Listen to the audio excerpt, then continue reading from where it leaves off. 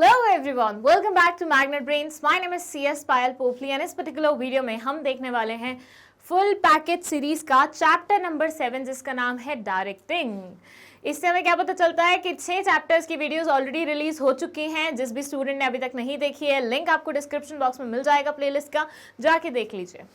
अब जिन स्टूडेंट्स को नहीं पता कि ये फुल पैकेज सीरीज है क्या, तो उनके लिए मैं बता दूं दैट सीबीएसई ने थोड़े टाइम पहले ना एक सैम्पल पेपर रिलीज किया था जिसमें उसने अलग अलग तरह के क्वेश्चन डाले थे, like MCQ, subjective type, case based question, picture based questions.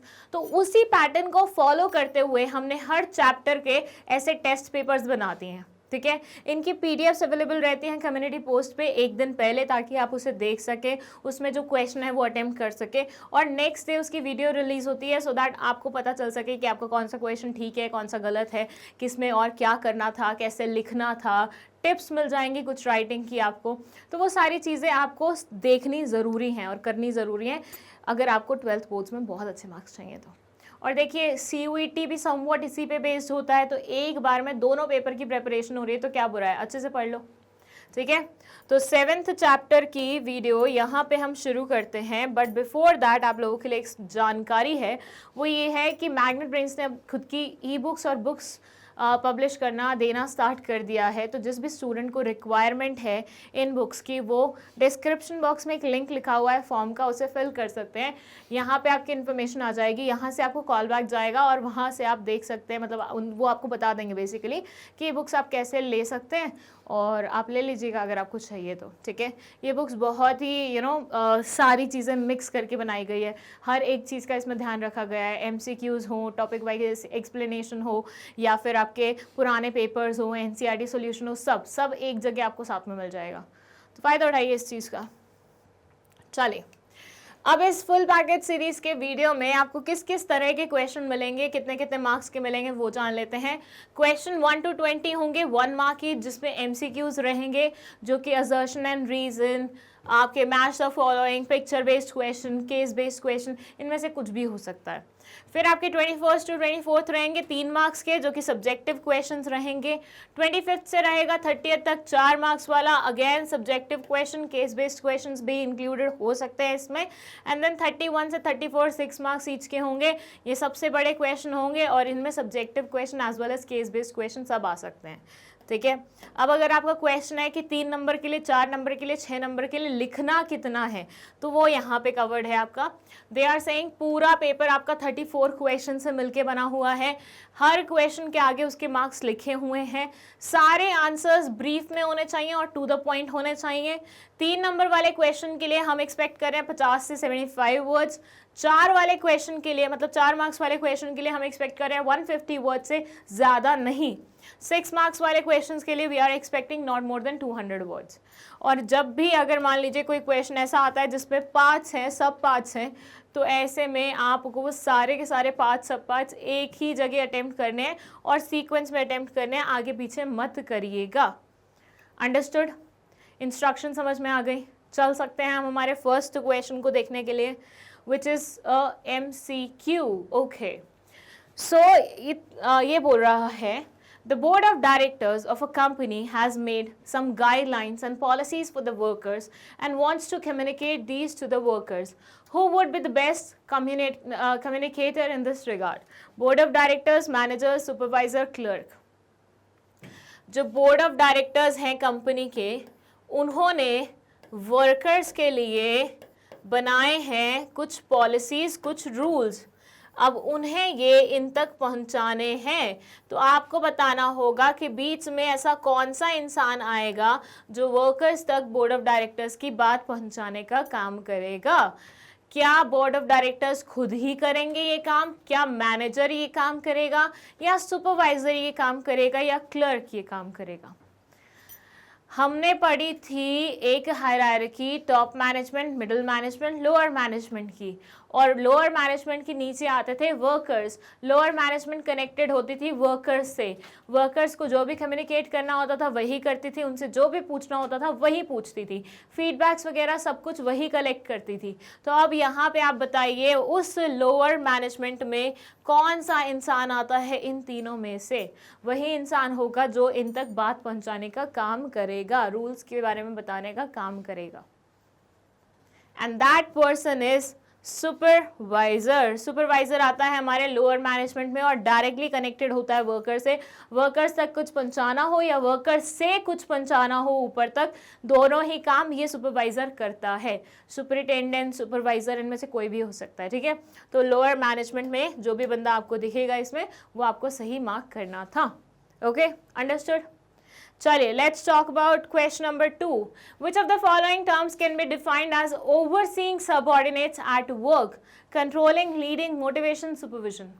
ये बोल रहे हैं कि इनमें से कौन से वाली वो टर्म है जिसका मतलब ये होता है कि सबऑर्डिनेट्स के काम पे नजर रखी जा रही है। सबऑर्डिनेट्स अपना काम कर रहे हैं, उनके काम पे नजर रखी जा रही है। इसके लिए, इस पर्टिकुलर सेंटेंस के लिए एक टर्म है, वो बताइए कौन सी होगी। कंट्रोलिंग होगी, लीडिंग होगी, मोटिवेशन होगी, सुपरविजन होगी, बताइए। And the correct answer is supervision. Supervision का नाम होता है ना, मतलब मॉनिटरिंग करना, देखना, ओवरसी करना, ये तो पता ही है, बेसिक इंग्लिश वाला क्वेश्चन है। तो करेक्ट आंसर क्या होगा यहाँ पे? डी होगा। चलिए, question 3। Which of the following is correct about function of supervisor? Supervisor के फंक्शन के बारे में कौन से वाली चीज यहाँ पे करेक्टली लिखी गई है? एक सुपरवाइजर जो होता है, जो फर्स्ट क्वेश्चन में भी हमने देखा, जो लोअर मैनेजमेंट का पार्ट होता है, उसके बारे में कुछ बातें बोली गई हैं। बताइए उनमें से कौन से वाली बात सही है, ठीक है। फर्स्ट है maintains group unity. Group unity maintain करता है। Acts as a link between workers and management. Workers और मैनेजमेंट के बीच में लिंक का काम करता है, तो हमने फर्स्ट क्वेश्चन में ही देख लिया। बोर्ड ऑफ डायरेक्टर्स ने कुछ बनाए थे रूल्स, उनको पहुंचाने थे कहाँ तक? वर्कर्स तक। तो किसके थ्रू भिजवा रहे थे हम? सुपरवाइजर्स के थ्रू भिजवा रहे थे, ठीक है। तो ऐसे में बीच में कौन आ रहा था? सुपरवाइजर आ रहा था, दोनों के बीच में लिंक का काम कर रहा था। Maintains contact with workers, workers के साथ कॉन्टैक्ट मेंटेन करते हैं, या ऑल ऑफ द अबव, बताइए। And the correct answer will be all of these, क्योंकि यस, वर्कर्स के साथ क्लोज कॉन्टैक्ट मेंटेन करते हैं, लिंक का काम करते हैं और ग्रुप यूनिटी मेंटेन करने का काम करते हैं। कोई भी लड़ाई झगड़ा होता है ना, उनको सॉर्ट करने का काम इनका होता है, ठीक है, क्योंकि ये डायरेक्टली कनेक्टेड होते हैं वर्कर से। So yes, Indeed D will be the correct answer of this question. I hope ये तीनों क्वेश्चन अगर आपने PDF से देखे थे तो आपको सही आंसर मार्क कर लिए होंगे आपने, क्योंकि बहुत ही बेसिक नेचर के क्वेश्चन थे और मैंने बहुत अच्छे तरीके से चैप्टर आपको पढ़ाया हुआ है। चलिए, फोर्थ क्वेश्चन है, which of the following statement is not true.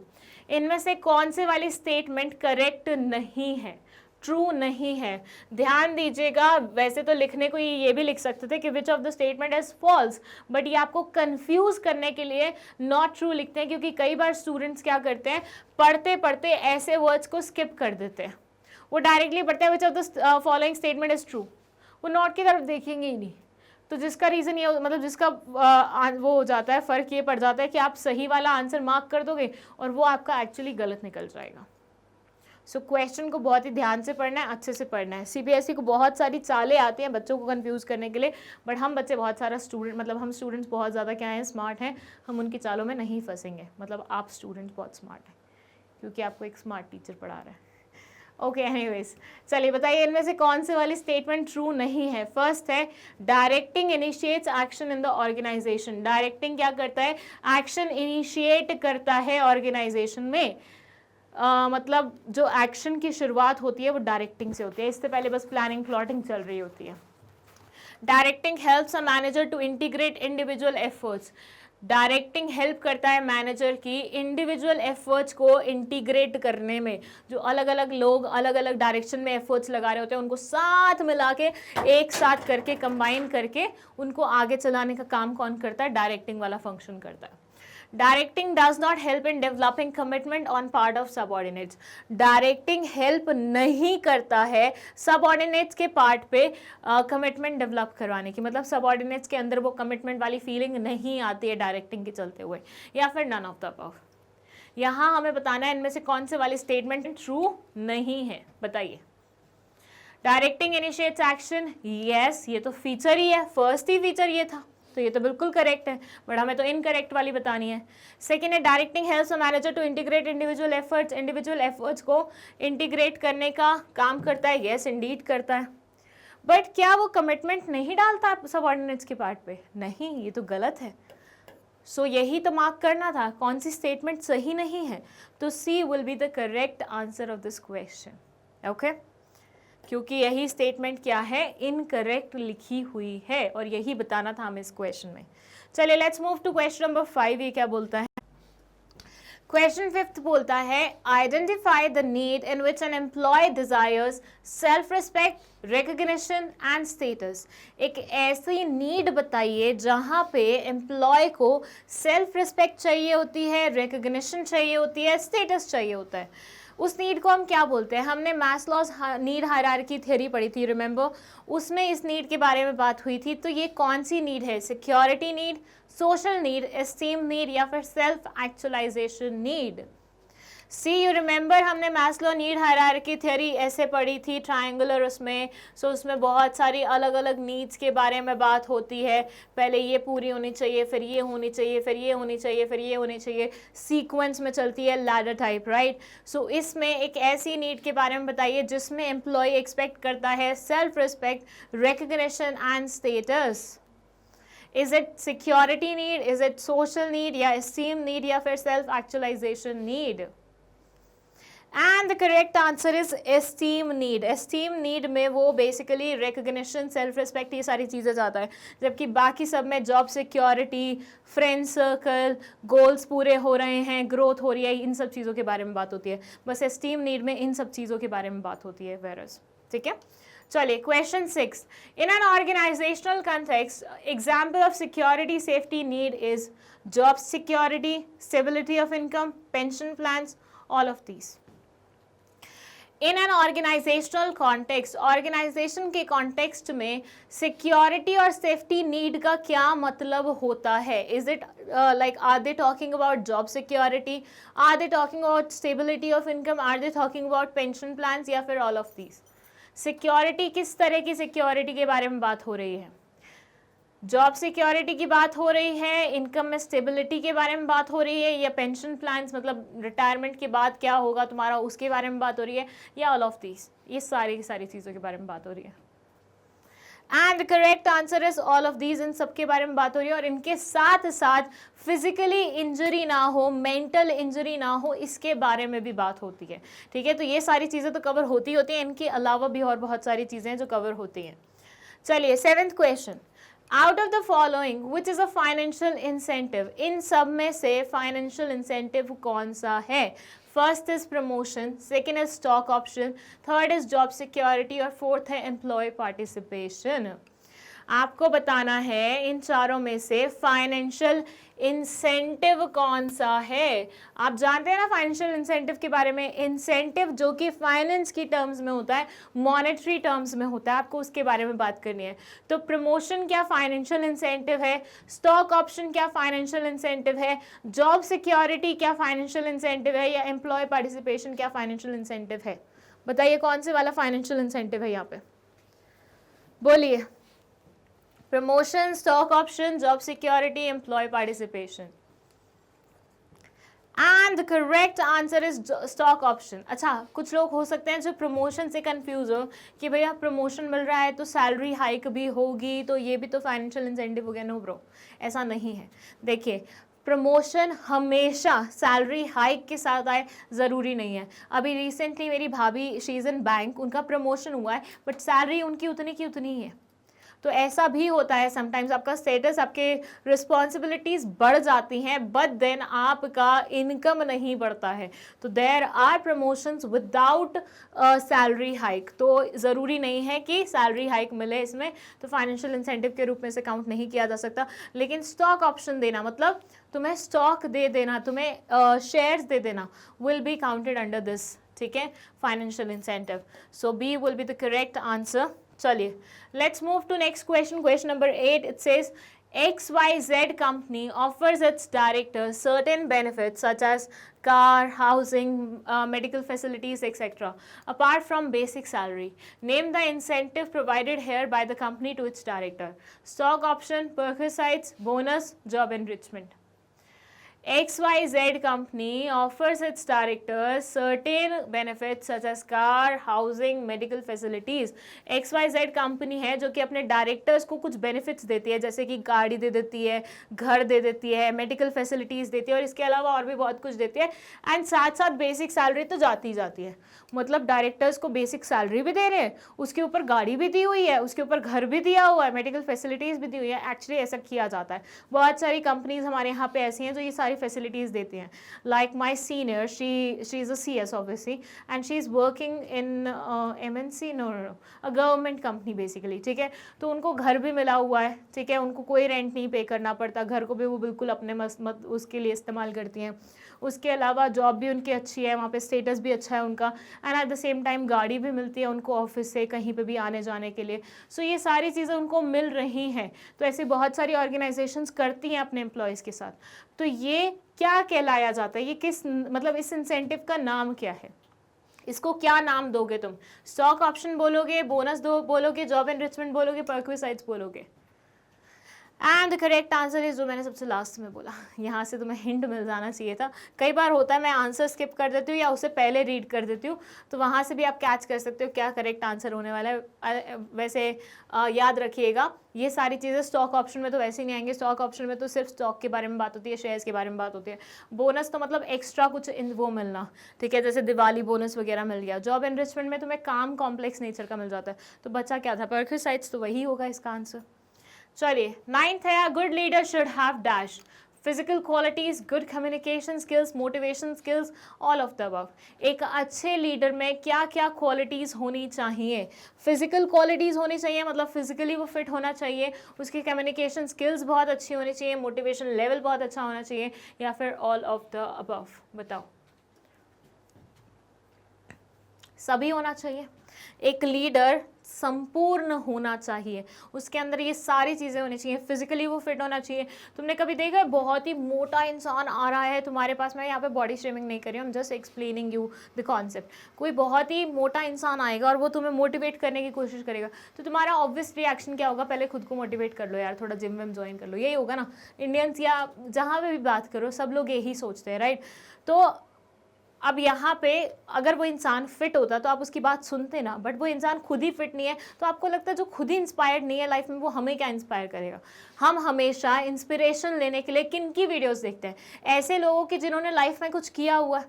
हम फेलियर्स की तो वो नहीं लेते हैं, मतलब फेलियर्स चाहे कितना भी मतलब एक्सपीरियंस अपने पास गेन करके बैठे हो, but we never go and ask them कि भैया तुमने फेल किया है ये एग्जाम इतनी बार, या तुमने फेल किया है लाइफ में इतनी बार, हमें भी तुम्हारे कुछ एक्सपीरियंसेस जाने। कभी किया है कैसा? यूपीएससी के अगर इंटरव्यूज़ देखे जाते हैं, 12th बोर्ड्स वाले टॉपर्स के इंटरव्यूज़ देखे जाते हैं, तो सिर्फ उन्हीं लोगों के ही इंटरव्यूज़ होते हैं जो कि कुछ अचीव कर पाए हैं लाइफ में। नोबडी इंटरव्यूज दैट पर्सन जो लाइफ में फेलियर रहा हो। तो इंसान अगर खुद ही मोटिवेटेड नहीं होगा, वो आपको मोटिवेट नहीं कर पाएगा, चाहे वो बहुत पतला है, चाहे वो बहुत मोटा है, चाहे वो खुद ही कुछ मतलब अच्छे से मैनेज नहीं कर पा रहा। तो अगर ये सारी चीज़ें मिसिंग होंगी तो वो लीडर कहलाने के लायक होगा ही नहीं।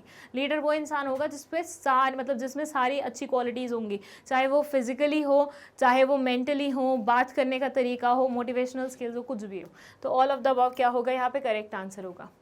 10th क्वेश्चन है, leadership is a key factor in making an organisation successful because it influences the behaviour of people, it introduces changes, it handles conflicts और all of the above. Leadership एक key factor होता है एक organisation को successful बनाने के लिए। क्यों? लीडरशिप एक की एलिमेंट होता है एक ऑर्गेनाइजेशन को सक्सेसफुल बनाने के लिए। आपको ऐसा क्यों लगता है? फर्स्ट रीज़न है क्योंकि वो लोगों के बिहेवियर को इन्फ्लुएंस करता है, दूसरा है कि वो चेंजेस को इंट्रोड्यूस करता है, तीसरा है वो कॉन्फ्लिक्ट्स को हैंडल करता है, और चौथा है ऑल ऑफ द अबव। बताइए। And the correct answer of this question is all of the above. ये सारी चीज़ें वो करता है, दैट्स वाई ओवरऑल ऑर्गेनाइजेशन की वो सक्सेस के लिए रिस्पॉन्सिबल होता है। वो लोगों के बिहेवियर को इन्फ्लुएंस कर पाता है, वो चेंजेस इंट्रोड्यूस करता है, वो कॉन्फ्लिक्ट्स को हैंडल करता है, कॉन्फ्लिक्ट्स को ख़त्म करने की कोशिश करता है, और ये सारे एफर्ट्स उसके द्वारा जो किए जाते हैं उससे कहीं ना कहीं ओवरऑल ऑर्गेनाइजेशन की सक्सेस पे फ़र्क पड़ता है। That's why we are marking all of the above is the right answer. Okay, यहाँ आ गए हैं अब लीडरशिप स्टाइल के क्वेश्चंस। इसको मैं मार्क कर रही हूँ IMP, अलग अलग लीडरशिप स्टाइल्स होते हैं और उनके रिगार्डिंग बहुत सारे क्वेश्चन अक्सर पूछे जाते हैं, तो इस टॉपिक को बहुत अच्छे से पढ़ के जाइएगा, ठीक है। इसमें 11th क्वेश्चन जो है वो बोलता है which of the following leadership styles is also regarded as boss centered leadership. एक ऐसे लीडरशिप स्टाइल के बारे में आपको बताना है जिसको हम बॉस सेंटर्ड लीडरशिप भी बोलते हैं, ये उसका दूसरा नाम है। फर्स्ट ऑप्शन है ऑटोक्रेटिक लीडरशिप स्टाइल, सेकंड है डेमोक्रेटिक लीडरशिप स्टाइल, थर्ड है फ्री रेन लीडरशिप स्टाइल और फोर्थ है ऑल ऑफ द अबव। बताइए क्या होगा आपका करेक्ट आंसर। आपको एक ऐसी लीडरशिप स्टाइल के बारे में बताना है जो कि बॉस सेंटर्ड लीडरशिप स्टाइल कहलाई जाती है। मतलब यहाँ पे लीडर बिहेव करता है जैसे कि वो खुद बॉस हो, मतलब वो दूसरों की नहीं सुनता है, अपनी अपनी करता है। क्या होगा ये इसका answer. The answer will B autocratic leadership style, मतलब दूसरों की ना सुनना, सिर्फ अपनी अपनी करते रहना, ठीक है। A will be the correct answer. चलिए नेक्स्ट क्वेश्चन है democratic style of leadership helps in dash improving morale of subordinates, developing positive attitude among subordinates, developing self confidence in subordinates, all of the above। जो democratic style होता है leadership का, जहाँ पे leader सबकी बात सुनता है, ठीक है, उसके क्या फ़ायदे होते हैं, मतलब उससे किस किस चीज़ में हेल्प मिलती है। सबऑर्डिनेट्स का मोरल हाई होता है, इम्प्रूव होता है, सबऑर्डिनेट्स के बीच में पॉजिटिव एटीट्यूड डेवलप होता है, सबऑर्डिनेट्स में सेल्फ कॉन्फिडेंस आता है, या फिर ऑल ऑफ द अबव।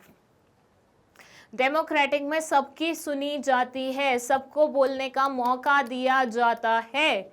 बताइए and the correct answer will be all of the above. ये सारे फायदे मिलते हैं। अब सबको बोलने का मौका मिलेगा तो सबके अंदर कॉन्फिडेंस लेवल बढ़ेगा, मोरल बढ़ेगा उनका, उनके बीच में पॉजिटिव एटीट्यूड आएगा कि भैया इस ऑर्गेनाइजेशन में हमारी सुनी जाती है, हमारी भी कोई औकात है, इस ऑर्गेनाइजेशन में वैल्यू है हमारे बोले हुए बात की।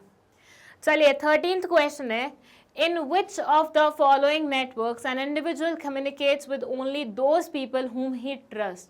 Single strand network, gossip network, probability network, cluster network। एक ऐसा नेटवर्क बताना है जहां पे इंडिविजुअल सिर्फ उन्हीं से कम्युनिकेट करता है जिसके ऊपर उन्हें ट्रस्ट होता है। मतलब अगर ये इन दोनों पे ट्रस्ट करता है तो ये सिर्फ इन्हीं दोनों से बात करेगा और किसी से बात नहीं करेगा। बताइए single strand method, gossip method, probability network, cluster method. ये सारे इनफॉर्मल कम्युनिकेशन के पार्ट है। And the correct answer will B cluster network. Cluster network में आप बात करते हो उन लोगों से जिनके ऊपर आप ट्रस्ट करते हो।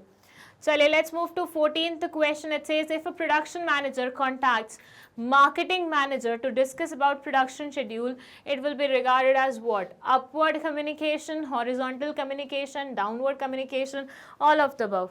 अगर एक प्रोडक्शन मैनेजर मार्केटिंग मैनेजर से बात कर रहा है, नाम पढ़िएगा दोनों के अच्छे से, यहीं से आंसर मिल जाएगा आपको। इनको प्रोडक्शन शेड्यूल के बारे में बात करनी है। प्रोडक्शन मैनेजर किससे बात कर रहा है? मार्केटिंग मैनेजर से बात कर रहा है। दोनों क्या है? मैनेजर्स हैं। तो दोनों किस लेवल पे आएंगे? एक ही लेवल पे आएंगे। इनके बीच में जिस तरह की कम्युनिकेशन चल रही है उसको आप क्या नाम देंगे? अपवर्ड कम्युनिकेशन या फिर हॉरिजॉन्टल कम्युनिकेशन या डाउनवर्ड कम्युनिकेशन या फिर ऑल ऑफ द अबव। बताइए यहाँ पे दोनों मैनेजर्स हैं, सेम लेवल पे काम कर रहे हैं, कौन से तरह के कम्युनिकेशन है? It will be called as horizontal, क्योंकि दोनों सेम लेवल पे हैं। जब दोनों सेम लेवल पे होते हैं तो उनके बीच में जिस तरह की वार्तालाप होती है उसको हम हॉरिजॉन्टल कम्युनिकेशन कहते हैं। ठीक है, तो B will be the correct answer. चलिए let's move to 15th question. ये है थोड़ा सा केस बेस्ड क्वेश्चन। ठीक है, तो ये बोल रहे हैं in a factory mister Suresh is at the position of supervisor and there are 20 subordinates under him. He communicates with all the subordinate in a single line. They are following which type of communication network here? Mr. Suresh जो हैं वो supervisor हैं। वो क्या है? Supervisor हैं और इनके नीचे 20 सबऑर्डिनेट्स हैं। अब ये सब सबऑर्डिनेट से सिंगल लाइन में बात कर रहे हैं, तो बताइए इनके बीच में कौन से टाइप ऑफ कम्युनिकेशन नेटवर्क चल रहा है? Single chain, inverted V, wheel, free flow. बताइए single chain, inverted V, wheel या फिर free flow? And the correct answer is single chain वाला सिस्टम चल रहा है। चलिए let's move to next question. चलिए 16th क्वेश्चन है हमारा पिक्चर बेस्ड क्वेश्चन। ये बिजनेस स्टडीज में for the very first time आ रहा है। सो देख लीजिए, ये है आपकी पिक्चर और इसके बेसिस पे आपको इस क्वेश्चन का आंसर करना है। हमेशा याद रखना, जो भी पिक्चर आपको दी जाएगी आपका जो आंसर होगा वो उसी पे बेस्ड होना चाहिए। आपको ज़्यादा दिमाग और नहीं लगाना है। देखिए वैसे यहाँ पे तो बहुत सिंपल हो जाएगा आपके लिए। कई बार ऐसा होता है कि पिक्चर ऑल टुगेदर कुछ अलग बात कर रही होती है और क्वेश्चन अलग आता है, तो वहाँ पे बच्चा कंफ्यूज हो जाता है कि पिक्चर को भूल जाऊँ 2 मिनट के लिए और आंसर कर दो इस क्वेश्चन का। तो वो गलती मत करना। वो स्पेशली तुम्हें अगर कुछ दे रहे हैं तो वो तुमसे एक्सपेक्ट कर रहे हैं तुम दोनों को लिंक करके आंसर करोगे। अब यहाँ की पिक्चर को थोड़ा सा डिटेल में समझ लो। यहाँ तुम देखो, यहाँ एक इंसान है, बॉस जैसे टायर में है, बॉस वैसे होगा नहीं है, और यहाँ एक बंदा है, यहाँ पे 4 औरतें हैं और ये सब क्या कर रहे हैं? दे आर डूइंग चुगली। ठीक है, एक दूसरे को जैसे मतलब होता है ना, गॉसिप कोई करता है तो अलग से समझ में आ जाता है कि यार ये गॉसिप कर रहा है किसी चीज़ के बारे में। जैसे कल ही मैंने ना इंस्टाग्राम पे एक रील देखी थी, 2 ओल्ड विमेन्स थी, ठीक है, मतलब एक से तो खाना चबाया नहीं जा रहा था और वो पता है बिल्कुल ऐसे मतलब दोनों टेबल मतलब ऐसे बैठे हुए थे, टेबल पे खाना खा रहे हैं और यहाँ पे चेयर लगी हुई है दोनों की, और एक से ऐसे मुंह से मुंह मिला के बिल्कुल ऐसे बातें कर रही थी। तो ऐसे में समझ में आ जाता है ना, ये किसी की बुराई कर रही है, ये या तो अपनी बहू की या किसी की, मतलब जो आसपास दिख रहा है उसकी कुछ ना कुछ निंदा की जा रही है यहाँ पे। वैसे ही यहाँ पे सबके खड़े होने का स्टाइल देखो तुम, ये अपने मुंह में यूं हाथ रख रही है, हंस रही है, जैसे कुछ मतलब छुपा के हंसने की कोशिश करिए, यूं करिए, हाँ ऐसा हुआ, मेरे को तो पता ही नहीं था। और ये एक दूसरे से बिल्कुल ऐसे, पता है तुझे ये हुआ। जब भी हम ऐसा कुछ करते हैं ना जो कि सोसाइटी द्वारा एक्सेप्टेबल नहीं होता, तो हम थोड़ा सा छुप के करते हैं उस चीज़ को, थोड़ा हमारा बॉडी लैंग्वेज अलग सा हो जाता है। सबका बॉडी लैंग्वेज देखो यहाँ पे कैसा सा हुआ है, राइट। तो मतलब यहाँ पे कुछ तो खिचड़ी पक रही है, मानते हो। अब इसके बेसिस पे क्वेश्चन पूछा हुआ है, which communication form can create chaos if not controlled properly. कौन से वाला कम्युनिकेशन सिस्टम या टाइप या फॉर्म कियोस क्रिएट कर सकता है अगर उसे ढंग से प्रॉपर्ली कंट्रोल नहीं किया गया या टाइमली कंट्रोल नहीं किया गया। यहाँ पे देखो क्या चल रहा है, पिक्चर पूरी अच्छे से एनालाइज करना, उसके बेसिस पे आंसर करना। Wheel, grapevine, free flow, inverted V. बहुत ही सिंपल ऑप्शंस है यहाँ पे आपके पास। कौन सा फ्लो ऐसा है कम्युनिकेशन का अगर उसको ढंग से हमने प्रॉपर्ली कंट्रोल नहीं किया तो वो कियोस फैला सकता है, बताइए। And the correct answer will be grapevine. आप देख रहे हैं यहाँ पे सब चुगली कर रहे हैं, सब मतलब गॉसिप कर रहे हैं, तो ये गॉसिप वाला इनफॉर्मल फ्लो में आता है, राइट। और यहाँ पे देखा जाए तो चारों ऑप्शन में से सिर्फ एक ही ऑप्शन इनफॉर्मल वाला है, बाकी सारे फॉर्मल फ्लो वाले हैं। सो यहाँ पे बट ऑब्वियस आपका आंसर क्या होगा? बी होगा, ठीक है। चलिए अब हम चलते हैं हमारे 17th क्वेश्चन पे। ये है असर्शन रीजन वाला क्वेश्चन। आप लोगों को अगर नहीं पता है असर्शन रीजन वाले क्वेश्चन कैसे सॉल्व होते हैं तो मैं बता दूं आप लोगों को दैट यहाँ पे 2 सेंटेंसेस दिए होते हैं, एक दिया होता है असर्शन में, दूसरा दिया होता है रीजन में। 4 ऑप्शन दिए होते हैं। अगर मान लीजिए ये दोनों सेंटेंसेस करेक्ट हैं तो आपका आंसर इन दोनों में से होगा, अगर इनमें से एक भी इनकरेक्ट है तो आपका आंसर इनमें से होगा। बट इन दोनों में से कैसे चूज करें करेक्ट आंसर कौन सा है? तो रीजन में जो चीज़ लिखी हुई है अगर वो असर्शन वाली चीज़ को एक्सप्लेन कर पा रही है, दोनों आपस में लिंक्ड है, तो आपका आंसर होगा ये।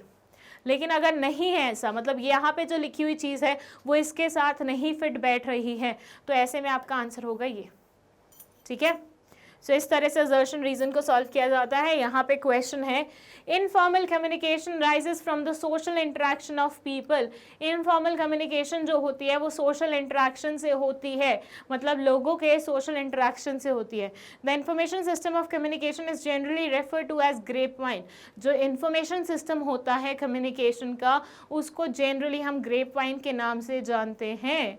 यहाँ बताइए पहले तो क्या दोनों सेंटेंसेस करेक्ट हैं या इनकरेक्ट है? इनमें से कोई एक। जो इनफॉर्मल कम्युनिकेशन होता है वो सोशल इंटरेक्शन से होता है लोगों के, और दूसरा है कि इंफॉर्मेशन सिस्टम जो होता है कम्युनिकेशन का उसको हम ग्रेप वाइन के नाम से जानते हैं।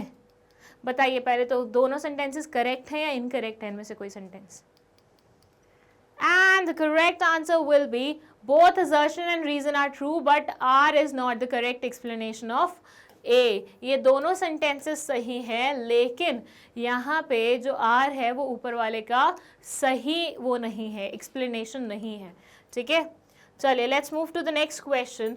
It says job security often makes people complacent and they do not perform efficiently. There is no risk of job in case of job security.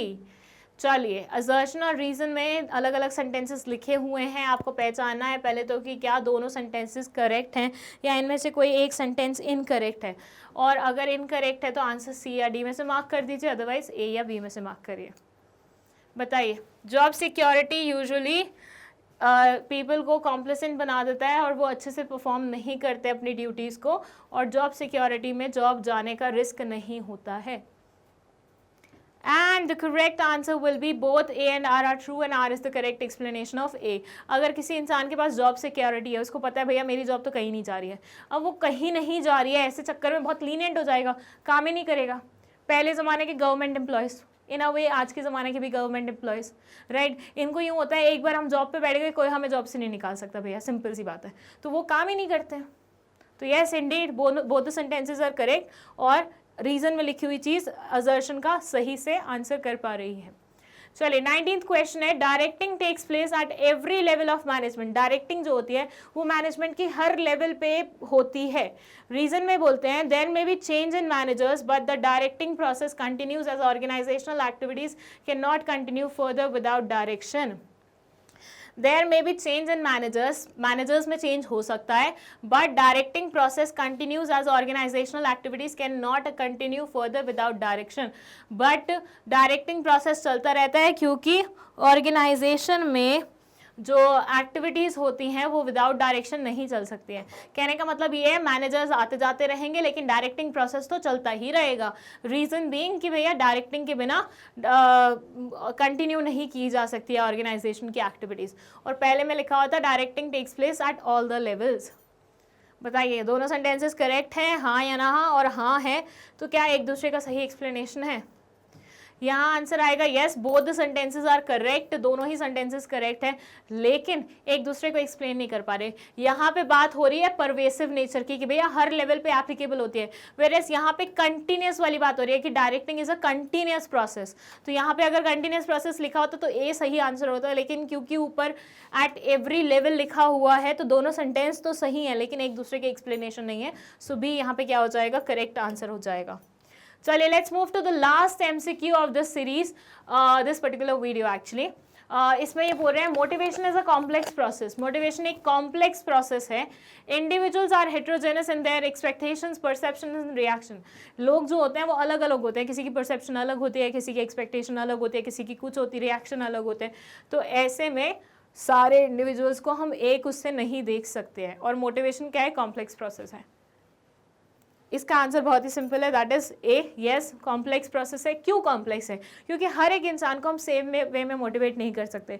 You remember school में कई टीचर्स जब students को वो करने की कोशिश करते हैं, मोटिवेट करने की कोशिश करते हैं, तो एक स्टूडेंट को तो वो बोलते हैं बेटा तुम कर सकते हो, थोड़ा सा और ध्यान लगाओ, तुमसे हो जाएगा.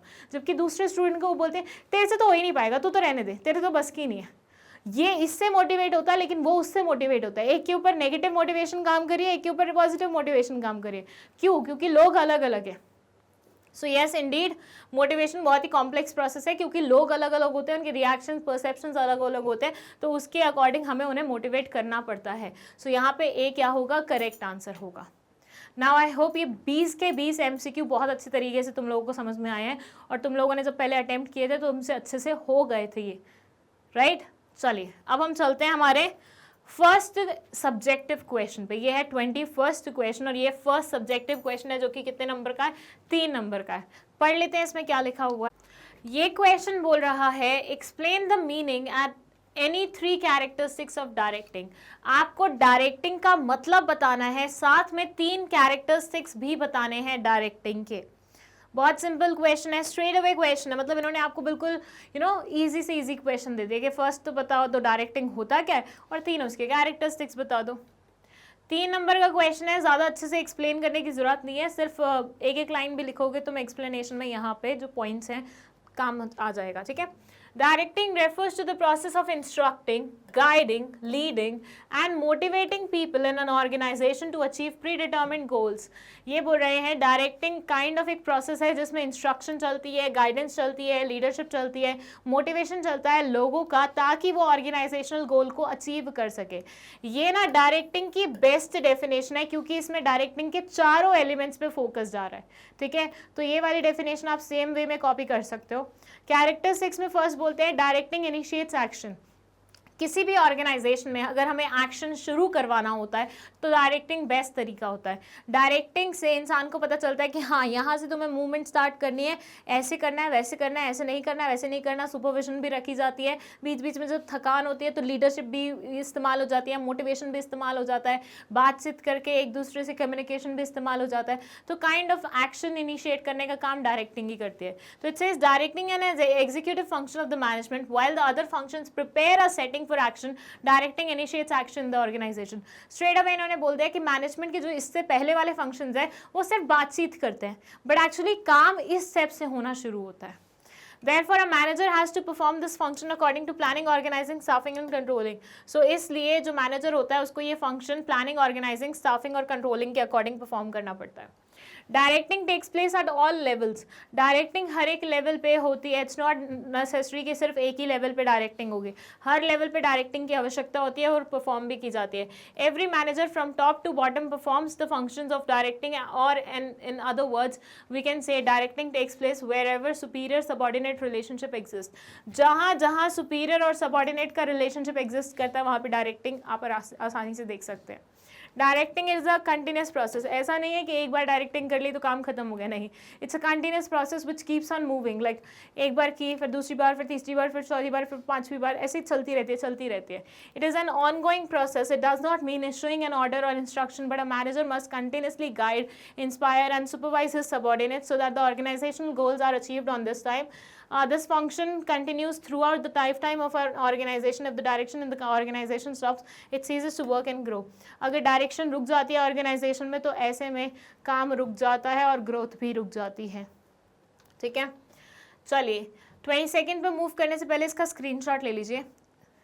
सी आंसर की क्वालिटी बहुत अच्छी है, इसलिए मैं आप लोगों को बोल रही हूँ स्क्रीनशॉट ले लो। जहाँ मुझे लगेगा इस आंसर क्वालिटी में और इम्प्रूवमेंट हो सकते हैं मैं आपको बता दूंगी। बाकी बुक को भी आप रेफर कर सकते हो, बट देखना कहीं से भी ना टीपा-टापी मत करना कि तुमने एग्जैक्ट आंसर ये कॉपी कर लिया, याद कर लिया, जैसे वो करते थे ना बचपन में, हाथ रख रख के रिपीट एक्सक्यूज मी, वो मत करना प्लीज। इसको अच्छे से पढ़ना और अपनी लैंग्वेज में आंसर लिख के आना, ठीक है। मैं हमेशा स्टूडेंट्स को बोलती हूँ कि प्लीज़ कहीं से भी कॉपी मत करो एग्जैक्ट आंसर। एक आधा वर्ड भी तुम भूल जाओगे, पूरा मतलब ही बदल जाएगा लाइन का, तो वो चीज़ मत करो। कॉन्सेप्ट समझो और अपनी लैंग्वेज में लिख के आओ, यहाँ से तुम रेफरेंस ले सकते हो, ठीक है। चलिए 22 क्वेश्चन जो है इसको पूछने के बहुत अलग अलग तरीके हो सकते हैं, लेकिन आंसर सेम ही होगा। पहला तरीका इसमें है supervision as an important element of directing function, give any 4 reason in support of this statement. Supervision बहुत ही इंपॉर्टेंट एलिमेंट है डायरेक्टिंग का, 4 एलिमेंट होते हैं उसमें से सुपरविजन के बारे में बात करी हुई है। आप रीजन बताइए क्यों ऐसा बोला जा रहा है कि ये बहुत इंपॉर्टेंट एलिमेंट है। फिर ये बोल रहे हैं explain any 3 functions performed by the supervisor that are vital to any organisation. 3 ऐसे फंक्शंस के बारे में बताइए जो सुपरवाइजर परफॉर्म करता है जो कि ऑर्गेनाइजेशन के लिए बहुत ज़्यादा आवश्यक होते हैं। Explain by giving any 4 points how supervision is an important element of directing. 4 points बता देते हुए, एक्सप्लेन करते हुए ये बताइए कि क्यों सुपरविजन बहुत ही इंपॉर्टेंट एलिमेंट होता है डायरेक्टिंग का। Supervisor is required in all the organisation, do you agree, give 2 reason in support of your answer. Supervisor जो होता है वो ऑर्गेनाइजेशन में बहुत ज़्यादा अच्छे से रिक्वायर्ड होता है। क्या आप इस चीज़ से अग्री करते हैं? 2 रीजंस दीजिए अपने सपोर्ट में, आंसर के सपोर्ट में। Why is supervisor required in an organisation, supervisor क्यों रिक्वायर्ड होता है एक ऑर्गेनाइजेशन में, वो बताइए। ये क्वेश्चन है, ठीक है।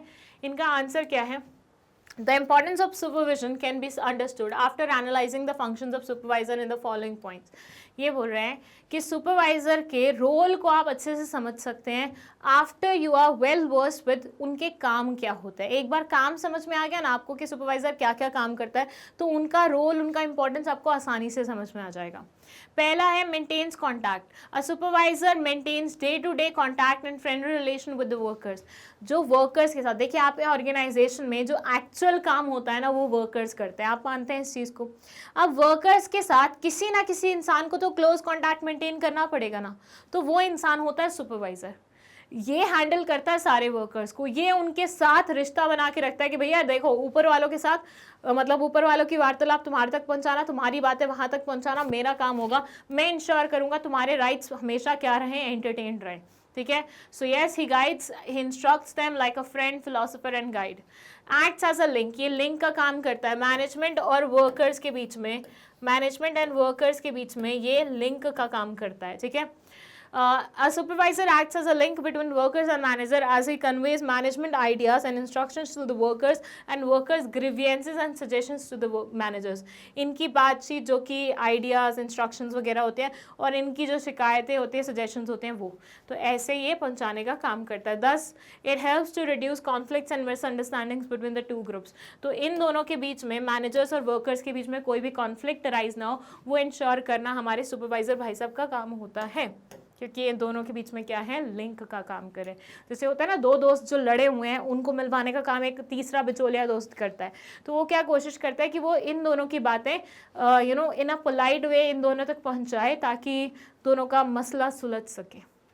चाहे तो वो उल्टा भी कर सकता है वैसे, है ना, बट सुपरवाइजर यहाँ पे कोशिश करता है वो उल्टा ना करे। मेंटेन्स ग्रुप यूनिटी, ये कोशिश करता है कि ग्रुप यूनिटी मेंटेन करे। अच्छा, एक क्वेश्चन भी आया था MCQ वाला, उसमें भी ये पॉइंट मेंशन था। A supervisor sorts out differences among workers in order to maintain group unity and harmony within the organization। Obviously supervisor नहीं चाहता कि workers आपस में ही भेड़ बढ़ ले, लड़ाई करने लग जाए ताकि उनका काम रुक जाए। कोई नहीं चाहता ऑर्गेनाइजेशन का काम रुके वर्कर्स के कारण, इसलिए ये कोशिश करता है कि दोनों के बीच में कॉन्फ्लिक्ट हो ही ना होए, तो उन्हें रिजॉल्व करने का काम भी करता है। Ensures performance, a supervisor is responsible for the achievement of goals for which he motivates his employees. भाई देखो, अब ये वर्कर्स से डायरेक्टली कॉन्टैक्ट में है, सारा काम वर्कर्स करते हैं, तो ये इंश्योर करता है, मतलब ये उनके ऊपर नज़र बनाए रखता है, मॉनिटरिंग करता है कि हर एक वर्कर अपना बेस्ट परफॉर्म करे ताकि ओवरऑल ऑर्गेनाइजेशन अच्छा परफॉर्म करे और ऑर्गेनाइजेशनल गोल्स को हम मीट कर पाएँ। चलिए, ये है आपका आंसर, फटाफट इसका स्क्रीनशॉट ले लो, ठीक है। अलग अलग तरीके थे इसको पूछने के, बट आंसर सब में सेम ही जाएगा। चलिए अगेन 23rd क्वेश्चन जो है, इसमें भी क्वेश्चन पूछने के अलग अलग तरीके हैं लेकिन आंसर सेम होगा। क्या है, supervision is not at all required in an organisation, do you agree, give reason in support of your answer. ये बोल रहे हैं सुपरविजन बिल्कुल भी रिक्वायर्ड नहीं होता ऑर्गेनाइजेशन में, क्या आप इस चीज़ से अग्री करते हैं, 2 रीजन दीजिए अपने आंसर के सपोर्ट में। ये भी अगेन सुपरवाइजर से रिलेटेड है, सुपरविजन से रिलेटेड है। और the post of supervisor should be abolish in the hierarchy of management, react. ये बोल रहे हैं सुपरवाइजर की जो पोस्ट है उसको अबॉलिश कर देना चाहिए मैनेजमेंट हायरार्की से, इस चीज़ पे आप रिएक्ट करिए। अच्छा देखो, वैसे on and off answer same ही होंगे लेकिन लिखने का पैटर्न थोड़ा सा डिफरेंट हो जाएगा। लाइक फर्स्ट में दे आर सेइंग कि अपने आंसर के सपोर्ट में रीजंस दीजिए, तो आप आंसर कैसे लिखेंगे, इन support of my answer I am giving these reasons, ठीक है। यहाँ पे रिएक्ट करने के लिए बोला तो आपका वे डिफरेंट होगा, बात सेम ही बोलोगे आप लेकिन वे डिफरेंट हो जाएगा। तो जिस भी तरह से क्वेश्चन पूछा हुआ है उसके अकॉर्डिंग ही आपका आंसर होना चाहिए, कंटेंट सेम रहेगा चाहे। Explain briefly any 3 functions performed by the supervisor, supervisor द्वारा परफॉर्म करे हुए 3 फंक्शंस के बारे में बताइए। Explain any 3 functions performed by a supervisor that are vital to an organisation, again ये भी सेम ही है, देखा जाए तो सारे सेम ही हैं।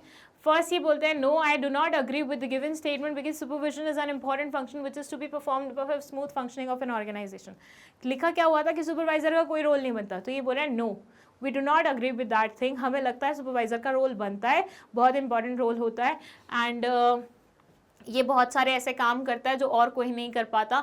तो इनके कामों की डिटेल्स लिखी हुई है। मेंटेन्स कॉन्टैक्ट पढ़ लिया हमने, एक्ट्स एज अ लिंक पढ़ लिया, मेंटेन्स ग्रुप यूनिटी पढ़ लिया, इंश्योर्स परफॉर्मेंस पढ़ लिया। अब हम पढ़ लेते हैं ये वाले points. Provides on job training through constant supervision and guidance, supervisor provides on the job training to the workers.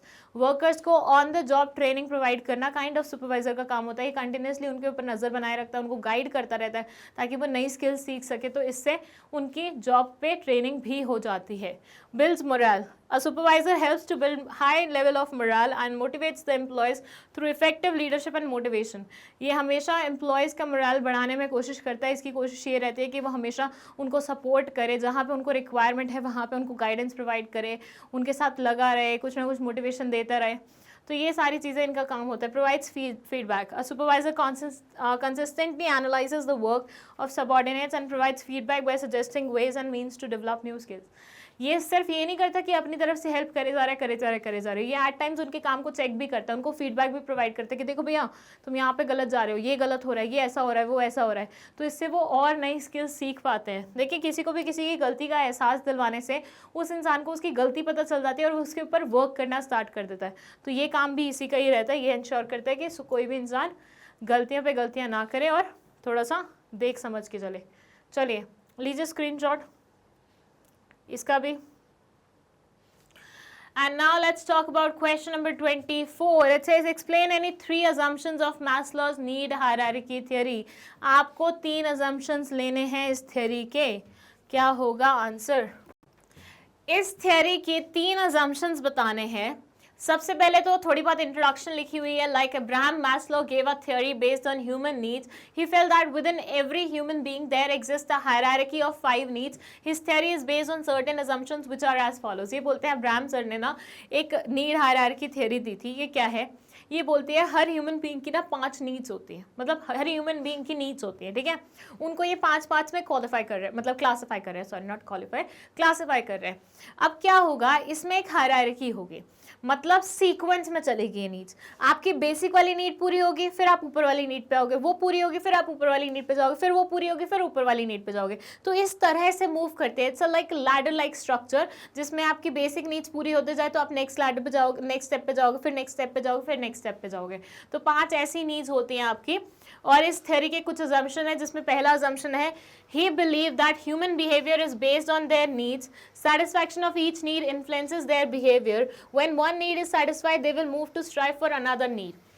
ये बोलते हैं कि हर इंसान का ना जो बिहेवियर होता है ना, वो उसकी नीड के ऊपर बेस्ड होता है। एक एग्जाम्पल दूँ तो इमेजिन करो एक सिनेरियो जहाँ तुम्हें भूख लगी है बहुत ज़्यादा और तुम खाने की तलाश में हो, और तुम घर आए, तुम्हें पता चला कि मम्मी ने खाना नहीं बनाया। कैसा लगेगा? आएगा ना गुस्सा, बहुत तेज गुस्सा आएगा, राइट? क्यों? क्योंकि एक तुम ऑलरेडी हंग्री हो, तुम्हारी एक नीड है जो सेटिस्फाइड होनी चाहिए थी बट वो हो नहीं पा रही है, एंड देन तुम्हें और कुछ दिखाई नहीं दे रहा। उस टाइम पे कोई तुम्हारे लिए गिफ्ट लाया है, कोई कुछ कर रहा है, कोई कुछ कर रहा है, डजंट मैटर। उस टाइम पे तुम्हें सिर्फ खाना चाहिए, राइट? सो तुम्हें आएगा गुस्सा, तो तुम्हारा बिहेवियर क्या हो जाएगा? वायलेंट हो जाएगा। यही ये बोलने की कोशिश करें कि इंसान की नीड्स अगर सेटिस्फाइड रहती है तो उसका बिहेवियर भी नॉर्मल रहता है। तो बिहेवियर काइंड ऑफ नीड्स की सेटिस्फैक्शन के ऊपर डिपेंड करता है, which is absolutely right. Second ये बोलते हैं satisfied need can no longer motivate a person to work, only next higher level need can motivate him. तुम मुझे बताओ, जब तुम्हें लाइफ का पहला फोन चाहिए था तो क्या तुम उसके लिए सेव नहीं कर रहे थे? जब तुम्हें लाइफ का फर्स्ट फोन चाहिए था, बहुत सारे लोग होंगे जिनको अभी तक फर्स्ट फोन नहीं मिला होगा। वैसे आज की डेट में तो people are getting phones 6th 5th class में ही, या फिर उससे पहले भी। मतलब मेरे कुछ ऐसे भांजियाँ हैं जो कि अभी बस पैदा हुए हैं और उनको फ़ोन चाहिए, ठीक है। बट पर्सनल फ़ोन की यहाँ पे मैं बात कर रही हूँ कि जो पूरा टाइम तुम्हारे पास रहे। I got my first phone in the class I guess 11th class में मिला था, 11th के भी मिड में मिला था, और उस पर भी पूरी रेस्ट्रिक्शन रहती थी। मतलब half time it use to be with me, half time it use to be with my brother, कि भाई इतना इस्तेमाल नहीं करना, पढ़ाई करनी है। बट आजकल तो बच्चे शाणे हो रहे हैं ज़्यादा। तो तुमने फर्स्ट फ़ोन लिया सेव कर करके, तो तुम मोटिवेटेड थे, इसलिए तुम अपनी चीज़ों पे कटौती कर रहे थे ताकि तुम सेव कर सको। तो ये मोटिवेशन थी। एक बार तुम्हें फर्स्ट फ़ोन मिल गया, क्या ये दोबारा से तुम्हें वो कर सकता है, क्या मोटिवेट कर सकता है कि दोबारा से सेव करो? नहीं, क्योंकि ये अचीव हो चुका है। जो चीज़ अचीव हो चुकी है वो दोबारा से तुम्हें मोटिवेट नहीं करेगी। अब तुम्हें चाहिए होगा सैमसंग का फ्लैप वाला फ़ोन, तो हो सकता है तुम उसके लिए सेव करना शुरू कर दो। अब ये क्या है, फर्स्ट फोन तो बेसिक सा लेते हैं, सैमसंग का फ्लैप वाला थोड़ा महंगा आएगा, तो ये तुम्हारा थोड़ा हाई लेवल वाला है, तो ये तुम्हें अब मोटिवेट कर रहा है। अब एक बार तुमने ये भी अचीव कर लिया, ये भी ले लिया, उसके बाद ये चीज़ तुम्हें और मोटिवेट नहीं करेगी। फिर तुम्हें चाहिए होगा एप्पल का प्रोडक्ट। एक बार तुम्हें एप्पल मिल गया, उसके बाद तुम्हें कोई भी वो मोटिवेट नहीं करेगी। क्यों? क्योंकि भाई जैसे जैसे हमारी नीड सेटिस्फाई होती जाती है, वो सेटिस्फाइड नीड हमें उससे ज़्यादा मोटिवेट नहीं कर पाती है, फिर हमें नेक्स्ट नीड पे जाना पड़ता है। दैट्स वाई वी से कि भैया ये पूरी हायरार्की है, पूरी एक लैडर लाइक स्ट्रक्चर है जिसमें एक एक स्टेप अप होते रहते हैं जैसे जैसे हमारी नीचे वाली नीड्स पूरी होती रहती हैं। थर्ड ये बोलते हैं person moves to the next higher level of the hierarchy only when the lower need is satisfied. एक इंसान तभी नेक्स्ट लेवल पे जाता है जब उसकी मतलब पहले वाली नीड पूरी होती है। मैं बोलूँ मुझे भूख लगी हुई है, बहुत जबरदस्त भूख लगी हुई है, ठीक है, अब मेरी भूख पहले शांत होगी तभी तो मैं किसी और चीज के बारे में सोचूंगी ना। If I have to get ready, मतलब मेरे यहाँ पे कहीं फंक्शन है, मुझे रेडी होना है, लेकिन मुझे बहुत तेज भूख लगी हुई है, क्या मेरा दिमाग चल पाएगा रेडी होने में? मेरा दिमाग लग पाएगा? मेरे हाथ पैर चलेंगे रेडी होने के लिए? नहीं चलेंगे, मुझे पहले खाना चाहिए होगा। तो आपकी एक नीड सेटिस्फाई होती है तभी तुम सेकंड नीड पे मूव करते हो। तुम्हारी बेसिक नीड सेटिस्फाई होगी तभी तुम ऊपर वाले पे जाओगे। जस्ट लाइक अ गरीब पर्सन, अब अगर गरीब इंसान भूखा है तो वो पहले गुच्ची के शोरूम में जाके सामान खरीदना प्रेफर नहीं करेगा, पहले वो सोचेगा मेरी भूख शांत हो जाए। सो पहले आपकी बेसिक नीड्स आते हैं, अगर वो सेटिस्फाई होती हैं फिर तुम सेकंड नीड पे जाते हो, फिर तुम और नीड पे जाते हो, फिर तुम और नीड पे जाते हो। That's how you work. So this is also an assumption. चलो फाइनली इसका स्क्रीनशॉट ले लो, फिर हम चलते हैं नेक्स्ट क्वेश्चन पे। This is question number 25. It says Aisha Limited assures their employees that in spite of recession, no worker will be retrenched from work. Identify the type of incentive offered. Explain two more incentives of the same type. यहाँ पे Ayesha limited की बात हो रही है कि वहाँ मतलब पूरे उसमें रिसेशन चल रहा है, लोग बाग अपनी जॉब खो रहे हैं, लेकिन इन्होंने प्रॉमिस किया है कि किसी भी वर्कर को काम से नहीं निकाला जाएगा। ये काइंड ऑफ एक इंसेंटिव है जो कि ऑफर किया जा रहा है वर्कर्स को। अब आपको इसी टाइप के इंसेंटिव्स में से दो और इंसेंटिव पता लगाने हैं या बताने हैं। सो ये वर्कर्स को नहीं निकाल रहे हैं जॉब से, नो मैटर कि इनके यहाँ पे रिसेशन चल रहा है, मतलब इकोनॉमी में रिसेशन चल रहा है, जहाँ पे ज़्यादातर लोग अपनी जॉब्स खो रहे हैं, ये अभी भी अपने वर्कर्स को प्रॉमिस कर रहे हैं कि किसी को भी जॉब से नहीं निकाला जाएगा। ये एक इंसेंटिव है।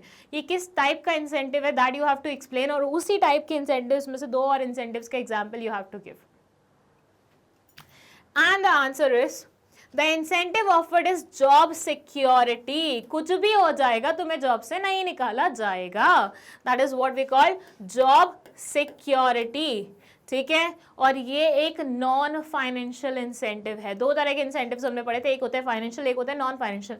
फाइनेंशियल होते हैं जिसमें पैसा इन्वॉल्व होता है, जिसमें मॉनेटरी बेनिफिट आपको मिल रहा होता है, लाइक बोनस दे दिया, लाइक पर्क्विसाइट्स दे दिया, ऐसा कुछ कर दिया। लेकिन नॉन फाइनेंशियल में आपको ये सारी सिक्योरिटी, अच्छा एनवायरनमेंट, ये सारी चीज़ें मिलती है। अदर टू हो सकते हैं एम्प्लॉय रिकग्निशन, आपने कोई अच्छा काम किया तो आपके लिए तालियां बजवा दी, आपकी थोड़ी सी तारीफ करवा दी पूरे उसमें। Recognition means acknowledgement of the work with a show of appreciation, acknowledge करना आपके काम को कैसे, अप्रिशिएट करके। With such appreciation employees feel motivated, ऐसी अप्रिसिएशन से ऑब्वियसली एम्प्लॉयज जो होते हैं वो मोटिवेटेड फील करते हैं। It can be done in following ways, in following ways से ऐसे हम अप्रिशिएट कर सकते हैं। कैसे? Congratulating an employee for his or her good performance, अपने मतलब अच्छे परफॉर्मेंस के लिए एम्प्लॉय को कंग्रेचुलेट करना सबके सामने, नोटिस बोर्ड पे डिस्प्ले कर देना या न्यूज़ लेटर पे डिस्प्ले कर देना अचीवमेंट एम्प्लॉय का। जैसे होता है ना डोमिनोज, अगर तुम कभी विजिट करते हो तो वहाँ पे एम्प्लॉय ऑफ द मंथ लिखा होता है या एम्प्लॉय ऑफ द वीक लिखा होता है, फोटो लगी होती है साथ में किसी की। तो वो क्या होता है, वो बेसिकली अप्रिशिएट करना होता है कि इस बंदे ने अच्छा परफॉर्म किया है इस बार। Giving award certificate for best performance, अच्छे परफॉर्मेंस के लिए अवार्ड या सर्टिफिकेट देना। Distributing mementos, complimentaries like T shirts, caps, bags वगैरह, मतलब कुछ कुछ मोमेंटोज वगैरह दे देना या कैप्स वगैरह, मतलब कुछ भी एडिशनल रिवॉर्ड के रूप में कुछ भी दे देना। Rewarding an employee for giving valuable suggestions, reward करना एम्प्लॉयज़ को वैल्यूएबल सजेशंस देने के लिए। ठीक है। Second है employee empowerment. It means giving more autonomy and power to subordinates. When you feel like कि भैया सामने वाला person is performing well, तो आप उसे थोड़ी और authority दे सकते हैं ना कि चलो तुम अभी तक ये काम संभालते थे, ये भी संभाल लो, पूरा तुम्हारे अंडर आएगा। तो यहाँ से उसको ऐसा आएगा, यार ये काम ये मेरे अंडर डाल रहे हैं, लाइक सीरियसली यहाँ पे मेरी इतनी वैल्यू बढ़ गई है, दैट्स वेरी नाइस। तो वो इंसान के अंदर ना एक कॉन्फिडेंस लेवल, एक मोरल लेवल मतलब इंक्रीज करने का काम करेगा। It makes people feel that their jobs are important. इससे उनको फील आता है कि भैया हमारी जॉब भी इंपॉर्टेंट है इस ऑर्गेनाइजेशन में, ऐसा नहीं है हम हवा में झूल रहे हैं. As a result of which they contribute positively to the use of skills and talent in the job performance. Obviously जब अंदर से उनके अच्छा आ जाता है कि यार मेरी भी जॉब की वैल्यू है, एक वो होता है ना बूस्ट मिल जाना, तो वहाँ पे फिर उनको थोड़ा सा काम करने में और मज़ा आता है, प्रोडक्टिविटी उनकी इंक्रीज हो जाती है and stuff like that. Okay, चलो फटाफट लो स्क्रीनशॉट इसका, फिर हम चलते हैं 26th क्वेश्चन पे.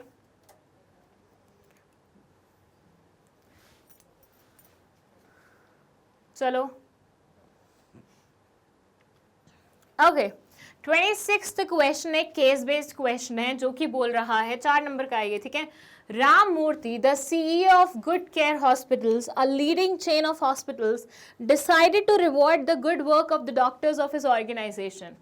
For this, he instituted 2 running trophies, a Healthcare Achievers Trophy to acknowledge and appreciate the tireless efforts of the doctors who rendered selfless services to the patients, and another Beti Bachao Trophy to recognize the outstanding work done by the doctors in saving the girl child. The CEO also wanted to improve the health services in rural areas all over the country. He decided that all doctors must work in rural areas for at least 6 months. He also decided that the paramedical staff should be employed locally. Identify the incentive provided by Good Care Hospitals to its doctors through running trophies. Which need of the doctors will be satisfied through the incentive identified in Part A? State any 2 values that the CEO of Good Care Hospital is trying to communicate to the society.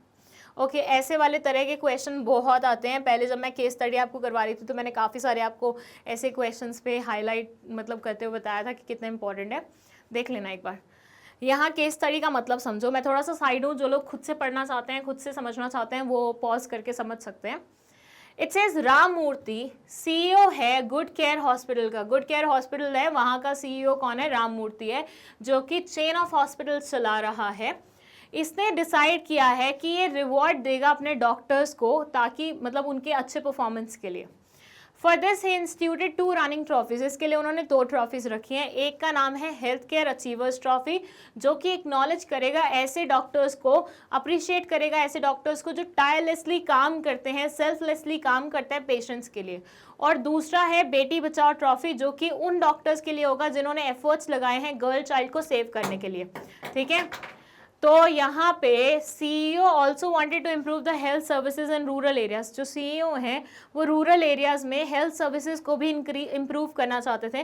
तो उन्होंने rural areas में at least 6 months के लिए सारे doctors को काम करने के लिए बोला है. He also decided that the paramedical staff should be employed locally. Paramedical staff को भी एम्प्लॉय करने के लिए लोकली इन्होंने एफर्ट्स लगाए हैं और डिसाइड किया है.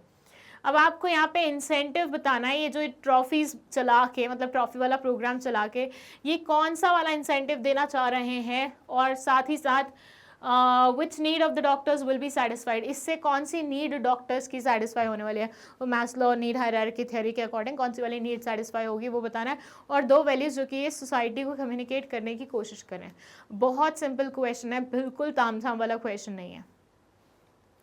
चलिए आंसर देख लेते हैं. It says the incentive provided by Good Care Hospital is employee recognition programme which is a non financial incentive to motivate the employees. यहाँ पे एम्प्लॉय रिकग्निशन प्रोग्राम चल रहा है, एम्प्लॉयज को रिकग्नाइज किया जा रहा है. अभी थोड़ी देर पहले ही हमने डिफरेंट इंसेंटिव्स पढ़े थे नॉन फाइनेंशियल में. उसमें हमने पढ़ा था एक एम्प्लॉय रिकग्निशन मतलब अप्रिशिएट करना दूसरे लोगों का काम, और उससे उन्हें फील कराना कि भैया तुम्हारे द्वारा किया गया काम एक्नॉलेज किया जा रहा है, तुम अच्छा काम कर रहे हो. यहाँ पे उनके पैसे नहीं बढ़ रहे हैं, लेकिन यहाँ पे उनको रिकग्निशन मिल रही है. और यहाँ पे जो उनकी नीड पूरी हो रही है वो है सोशल एंड एस्टीम नीड. ऐसे एक्चुअली सोशल भी नहीं, सिर्फ एस्टीम नीड लिखना. ठीक है, सिर्फ एस्टीम नीड लिखना. एस्टीम नीड पूरी हो रही है उस इंसान की. 2 values that the CEO of Good Care Hospital is trying to communicate are remove sex discrimination and saving the girl child. दो जो बातें ये सोसाइटी को कम्युनिकेट करने की कोशिश कर रहे हैं, पहले तो इनकी सेकंड ट्रॉफी का नाम पढ़ लो, बेटी बचाओ ट्रॉफी, मतलब ये सेविंग द गर्ल चाइल्ड वाले चीज़ के लिए काम कर रहे हैं, लड़कियों का बचाव करना चाहते हैं, बच्चियों को बचाना चाहते हैं। तो एक चीज़ ये लोगों को ये समझाना चाह रहा है कि जो जेंडर डिस्क्रिमिनेशन आप लोग करते हैं वो प्लीज़ मत करिए, उस चीज़ को अबॉलिश करिए, गर्ल्स भी उतनी इंपॉर्टेंट होते हैं जितने बॉयज़ होते हैं। Second, concern for health issues in rural areas, दूसरी चीज़ इन्होंने कम्युनिकेट किया सोसाइटी को, ये की है ये अपने सारे डॉक्टर्स को रूरल एरियाज़ में भेज रहे थे, क्योंकि इनको पता है रूरल एरियाज़ में डॉक्टर्स की अक्सर कमी होती है। अर्बन एरियाज़ में हर आसानी से डॉक्टर्स मिल जाते हैं, लेकिन रूरल एरियाज़ में it's very difficult to find a good doctor, ठीक है, तो वो चीज़ है। सो ये हो गया आपका आंसर। चलिए let's move to the next question, पर उससे पहले यहाँ पे स्क्रीनशॉट ले लीजिए, बताइए। चलिए 27th क्वेश्चन, 27th क्वेश्चन में ये बोल रहे हैं state 2 advantages and disadvantages of free rein leadership. हमने डिफरेंट लीडरशिप के स्टाइल्स पढ़े थे और मैंने आपको बोला भी था दैट्स वेरी इंपॉर्टेंट टॉपिक, इससे क्वेश्चन यूजुअली पूछे जाते हैं, ऑटोक्रेटिक, डेमोक्रेटिक, फ्री रेन सबसे पूछे जाएंगे, माइट भी हो सकता है तीनों के डिफरेंसेस से पूछ लें आप लोगों से, तो ये टॉपिक अच्छे से पढ़ के जाइएगा। अब इसमें यहाँ पे आपसे फ्री रेन वाले लीडरशिप के 2 एडवांटेजेस और 2 डिसएडवांटेजेस ये आपसे जानना चाह रहे हैं। 4 नंबर का क्वेश्चन है, 2 वो लिखेंगे 2 वो लिखेंगे, 4 नंबर पूरे हो जाएंगे। ओके, सो 2 एडवांटेजेस 2 डिसएडवांटेजेस। देखिए सबसे पहले तो मैं एक्सप्लेन करने से पहले आपको ये बता दूं कि मुझे ये आंसर पसंद नहीं आया। रीजन बीइंग 4 नंबर का क्वेश्चन है, एक्सप्लेनेशन देखो कितनी सी है, इसमें कोई अगर ढंग का वो इंसान चेक कर रहा होगा तो 2.5 नंबर से ज़्यादा नहीं देगा, ऑनेस्टली स्पीकिंग। यहाँ पे आपका आंसर कैसा होना चाहिए था, आप एक फ्लो चार्ट बना देते, यहाँ लिख देते एडवांटेजेस, यहाँ लिख देते डिसएडवांटेजेस। एडवांटेजेस के 2 पॉइंट्स का पॉइंट्स मतलब जो हेडिंग होता है वो यहाँ पे लिख देते, यहाँ पे 2 हेडिंग्स लिख देते, फिर हेडिंग का एक्सप्लेनेशन यहाँ पे लिखते, फिर सब इसका डिसएडवांटेजेस का हेडिंग और उनका एक्सप्लेनेशन यहाँ लिखते। ऐसे करके देते ना 4 में से 4 नंबर गारंटेड मिलते तुम्हें। पर यहाँ पे इन्होंने बहुत ही हल्के में इसको छोड़ दिया, तो यहाँ पे पूरे मार्क्स मिलना थोड़े से क्या है, कम उम्मीद लग रही है मुझे, ठीक है। एडवांटेजेस में फर्स्ट पॉइंट दिस है, it provides maximum scope for development of subordinates. ये मैक्सिमम स्कोप देता है सबऑर्डिनेट्स को ग्रो करने का, उनको डेवलप करने का। कैसे, देखो ऐसे मानो फ्री रेन में सबऑर्डिनेट्स को फ्री विल होती है, वो जो करना चाहे कर सकते हैं। अब मुझे पता है मैं कोई काम कर रही हूँ जिसकी रिस्पॉन्सिबिलिटी मुझे मिली है, and at the same time accountability भी मेरे सर पे ही है, तो मैं उस काम में अपना 100% दूंगी कि नहीं दूंगी। ऐसा मानो कि मुझे कोई काम मिला है, अथॉरिटी मुझे मिल गई है उतनी, लेकिन अकाउंटेबिलिटी किसी और की है, तो मैं उसको रेकलेसली करूंगी। मुझे यूँ कह रहे यार जैसे मर्जी करो, अपनी थोड़ी ना जवाबदेही है, जवाब तो किसी और को देना ना, लेट देम डू, मतलब लेट देम से अपनी तरफ से जो भी उनको बोलना होगा आगे। पर ऐसा नहीं है, यहाँ पे अगर आप कोई काम कर रहे हैं बीइंग अ सबऑर्डिनेट, तो उसकी रिस्पॉन्सिबिलिटी, अकाउंटेबिलिटी सारी आप ही के सर पे है। तो ऑब्वियसली आप इतना बड़ा रिस्क तो नहीं लेंगे कि अपने एंड पे कुछ गलती करेंगे, तो आप अपना 100% देने की कोशिश करेंगे। सारा डिसीजन मेकिंग भी आपके हाथ में, सब कुछ करना ही आपको है, तो ऐसे में आपकी कंप्लीट डेवलपमेंट होगी कि नहीं होगी, बिल्कुल होगी। सेकेंड है full potential, full utilisation of potential of subordinates. Subordinates के पूरा पोटेंशियल का इस्तेमाल हो जाता है, मतलब वो जितना सक्षम होते हैं उतना उनसे काम लिया जाता है यहाँ पे। अदरवाइज क्या होगा, अगर इंस्ट्रक्शन उन्हें मिलेगी वो काम करेंगे, इंस्ट्रक्शन उन्हें मिलेगी वो काम करेंगे, तो यहाँ पे उनके पूरे दिमाग का इस्तेमाल नहीं हो पा रहा, उनकी फुल यूटिलाइजेशन नहीं हो पा रही, वो सिर्फ बताए हुए काम को करने का काम कर रहे हैं, दैट्स इट। लेकिन यहाँ पे फ्री रेन में उनको खुद ही डिसाइड करना होता है क्या करना है, कैसे नहीं करना, कैसे आगे बढ़ना है, कैसे नहीं बढ़ना, तो उनके फुल कैपेबिलिटीज का इस्तेमाल हो रहा है। वहीं पे इसके कुछ नेगेटिव पॉइंट्स भी हैं, जिसमें फर्स्ट है subordinates do not get the support of leaders.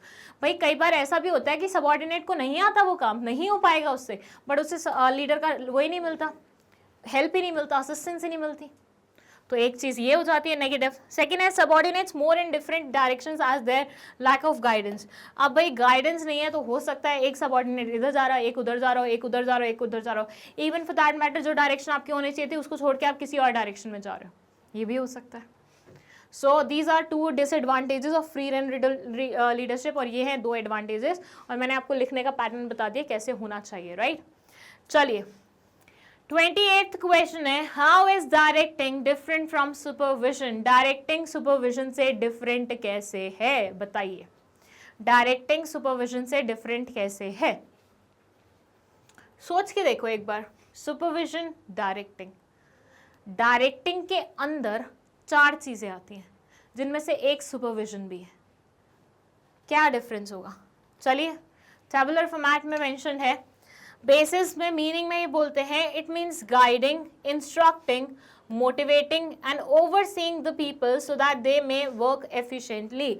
लोगों को गाइड करना, इंस्ट्रक्ट करना, मोटिवेट करना, ओवरसी करना उनकी परफॉर्मेंस को, और देखना कि वो अच्छे से काम कर पा रहे हैं कि नहीं पा रहे हैं। ये सारा का सारा काम डायरेक्टिंग में आता है। Whereas when it comes to supervision, it says it means guiding and controlling the activities of subordinates so that the desired results may be achieved.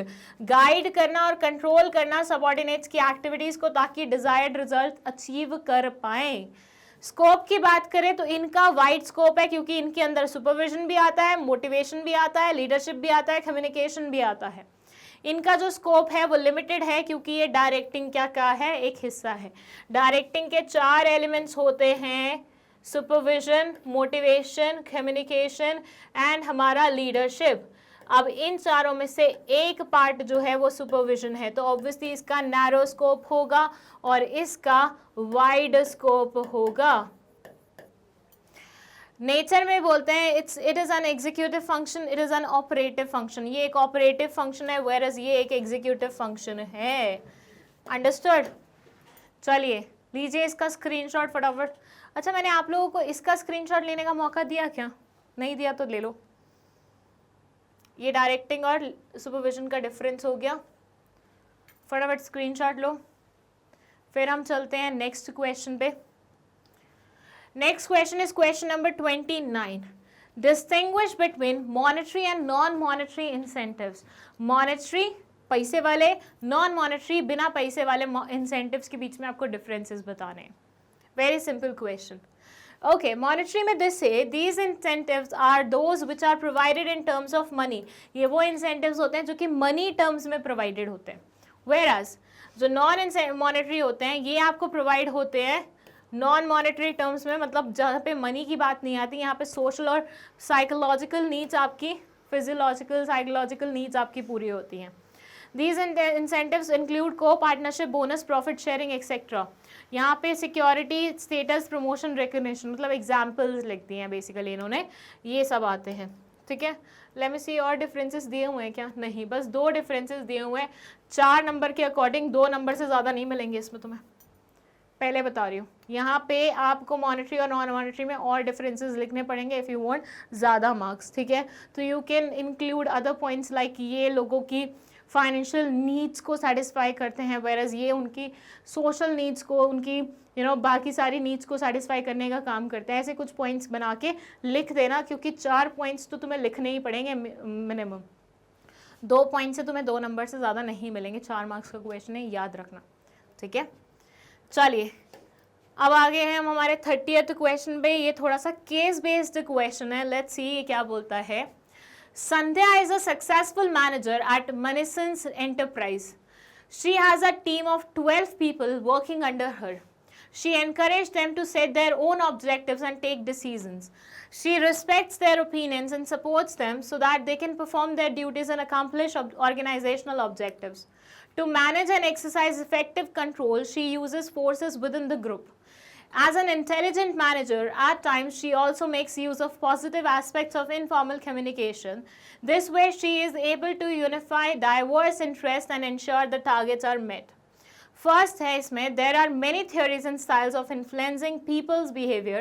Identify the style used by Sandhya, which is based on the use of authority. Second है, state 2 positive aspects of the communication discussed above which Sandhya is using as an intelligent manager. Okay. सो संध्या एक successful manager है। Before that मैं side हूँ, आप चाहें तो इसका screenshot ले सकते हैं या पॉज करके रीड कर सकते हैं खुद से, अगर आपको पहले खुद अटेम्प्ट करना है आंसर तो। चलिए, संध्या एक सक्सेसफुल मैनेजर है मनीसेंस एंटरप्राइजेस में। उनके टीम में आते हैं 12 लोग, मतलब उनके अंडर जो काम कर रहे हैं वो 12 लोग हैं। She encourage them to set their own objectives. उन्होंने एनकरेज किया उन्हें खुद के ऑब्जेक्टिव सेट करने में और खुद के डिसीजंस लेने में। She respects their opinions and supports them, वो उनके ओपिनियंस को रिस्पेक्ट करती हैं और सपोर्ट करती हैं, so that they can perform their duties and accomplish organisational goals. ये ओपिनियंस को और रिस्पेक्ट करके और उनको सपोर्ट करने का काम करते हैं ताकि वो अपनी ड्यूटीज अच्छे से परफॉर्म कर सके और ऑर्गेनाइजेशनल गोल्स को अचीव कर सके, ठीक है।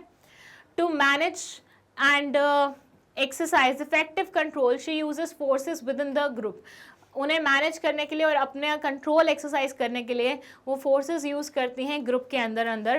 As an intelligent manager at times she also makes use of positive aspects of the informal communication, वो बहुत ही इंटेलिजेंट मैनेजर हैं और कभी कभी वो इनफॉर्मल कम्युनिकेशन का भी इस्तेमाल करती हैं ताकि वो उसे फॉर्मल उसमें मतलब अच्छे से वो कर पाएँ।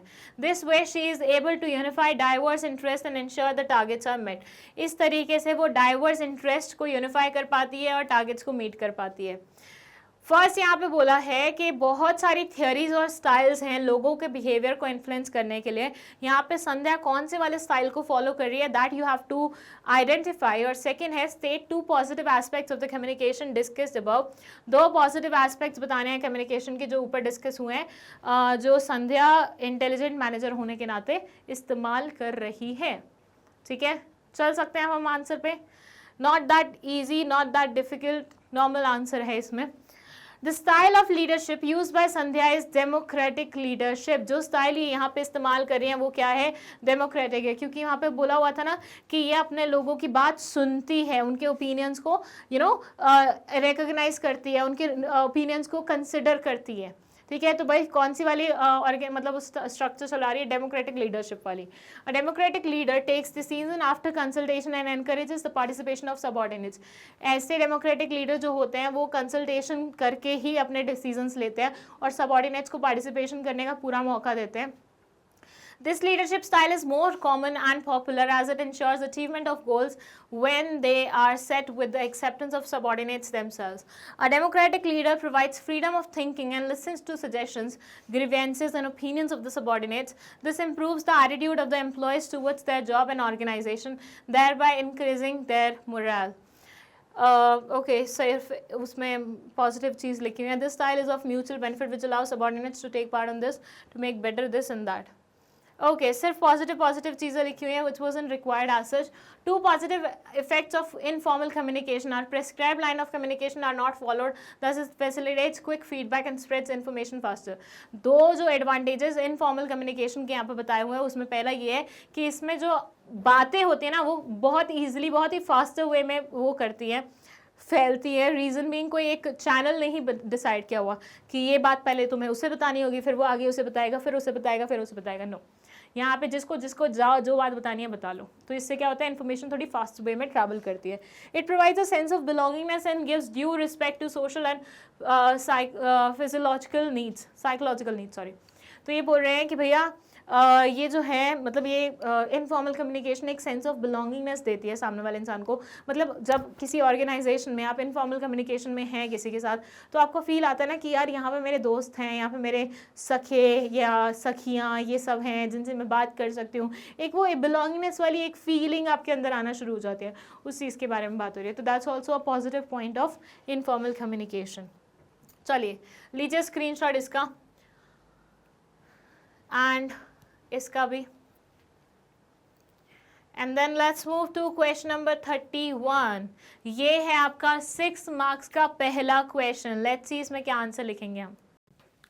ओके, सो 31st क्वेश्चन में ये बोलते हैं, give the meaning of directing as a function of management in any 4 points of its importance. Directing is the heart of management process. मुझे ऐसा लगता है ना, वो होते हैं ना कुछ लोग जो हर किसी की तारीफ करते हैं, लाइक बहुत ही सिली एग्जाम्पल दूँ तो आजकल बिग बॉस में देयर इज दिस छुटकू गाय, अब्दू नाम है उसका, वो हर लड़की की तारीफ करता है, राइट। वैसे ही मैनेजमेंट के हर फंक्शन के बारे में यही बोला जाता है, ये हार्ट है उसका, ये सबसे इंपॉर्टेंट फंक्शन है उसका, ये ऐसा है वैसा है, और सारे फंक्शंस को सेम लाइन चिपकाई जाती है। तो यहाँ पे क्योंकि डायरेक्टिंग चैप्टर चल रहा है तो उन्होंने डायरेक्टिंग का नाम लिख दिया कि directing is the heart of management process. Do you agree? Give 4 reasons in support of your answer. मतलब बेसिकली आपको डायरेक्टिंग के इंपॉर्टेंस ही लिखने हैं इन शॉर्ट। सो सबसे पहले डायरेक्टिंग क्या होता है उसको एक्सप्लेन करना है दोनों क्वेश्चंस के अकॉर्डिंग, और 4 पॉइंट्स उनके इंपॉर्टेंस के लिखने हैं, ठीक है। दोनों तरीकों से क्वेश्चन पूछे जा सकते हैं, इसके अलावा और भी तरीका हो सकता है क्वेश्चन फ्रेम करने का, बट आंसर हर उसमें सेम तरीके से ही लिखा जाएगा। चलिए, तो डायरेक्टिंग क्या होता है पहले वो जान लेते हैं, कैसे लिखना है। It says yes, directing is the heart of management process।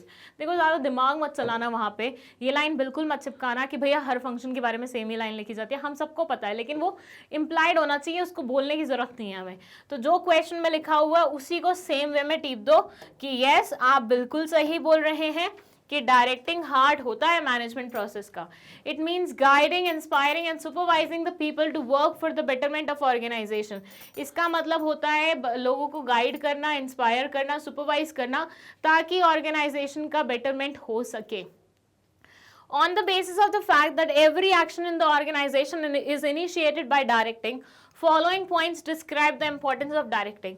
ये following points describe करते हैं directing की importance को। first जिसमें है इनिशिएट्स एक्शन। डायरेक्टिंग क्या करता है, एक्शन इनिशिएट करता है। ये फर्स्ट एग्जीक्यूटिव फंक्शन होता है जो कि प्लान्स को एक्चुअली एक्शन में लेके आता है। इससे पहले जितनी भी होती है वो प्लानिंग चल रही होती है। ऑर्गेनाइजिंग में भी हम समवट सोच ही रहे होते हैं, स्टाफिंग में हम हायर कर रहे होते हैं, लेकिन जो काम होना शुरू होता है ना वो डायरेक्टिंग से होता है। While the other functions prepare a setting for action, it initiates action in the organization। जो चीज़ अभी मैंने आपको हिंदी में बताई वही इंग्लिश में लिखी हुई है। Integrates employees efforts। अलग अलग एम्प्लॉयज जो अलग अलग डायरेक्शंस में काम कर रहे होते हैं उनके एफर्ट्स को एक कंबाइंड वे में लेके आना ताकि ऑर्गेनाइजेशन के गोल को अचीव किया जा सके, ये काम करता है डायरेक्टिंग। सो दे से directing helps a manager to integrate individual efforts towards the achievement of organizational goals। It ensures that all the individuals work for the benefit of organization by establishing harmony between organizational and personal goals। Harmony establish करो organizational और personal goals में। Provides leadership। Effective directing provides motivation and leadership to the employees, which helps them to identify their potentials and realize their latent capabilities, leading to growth। ये बोलते हैं कि इससे कहीं ना कहीं आप अपने लोगों का मोरल बढ़ा रहे होते हैं, मोटिवेशन लेवल बढ़ा रहे होते हैं अच्छे से इफेक्टिवली लीडरशिप करके, और इससे क्या होता है उनके पोटेंशियल्स इंक्रीज होते हैं, उनकी कैपेबिलिटीज़ के बारे में उनको पता चलता है और अल्टीमेटली ग्रोथ होती है। Introduces changes. Changes in an organisation are usually resisted by the employees. ये बोलता है किसी भी ऑर्गेनाइजेशन में ना जब भी कोई चेंज आता है ना, ज़्यादातर लोग उसे अवॉइड करने की कोशिश करते हैं, ज़्यादातर लोग पसंद नहीं करते चेंज आए उनकी ऑर्गेनाइजेशन में।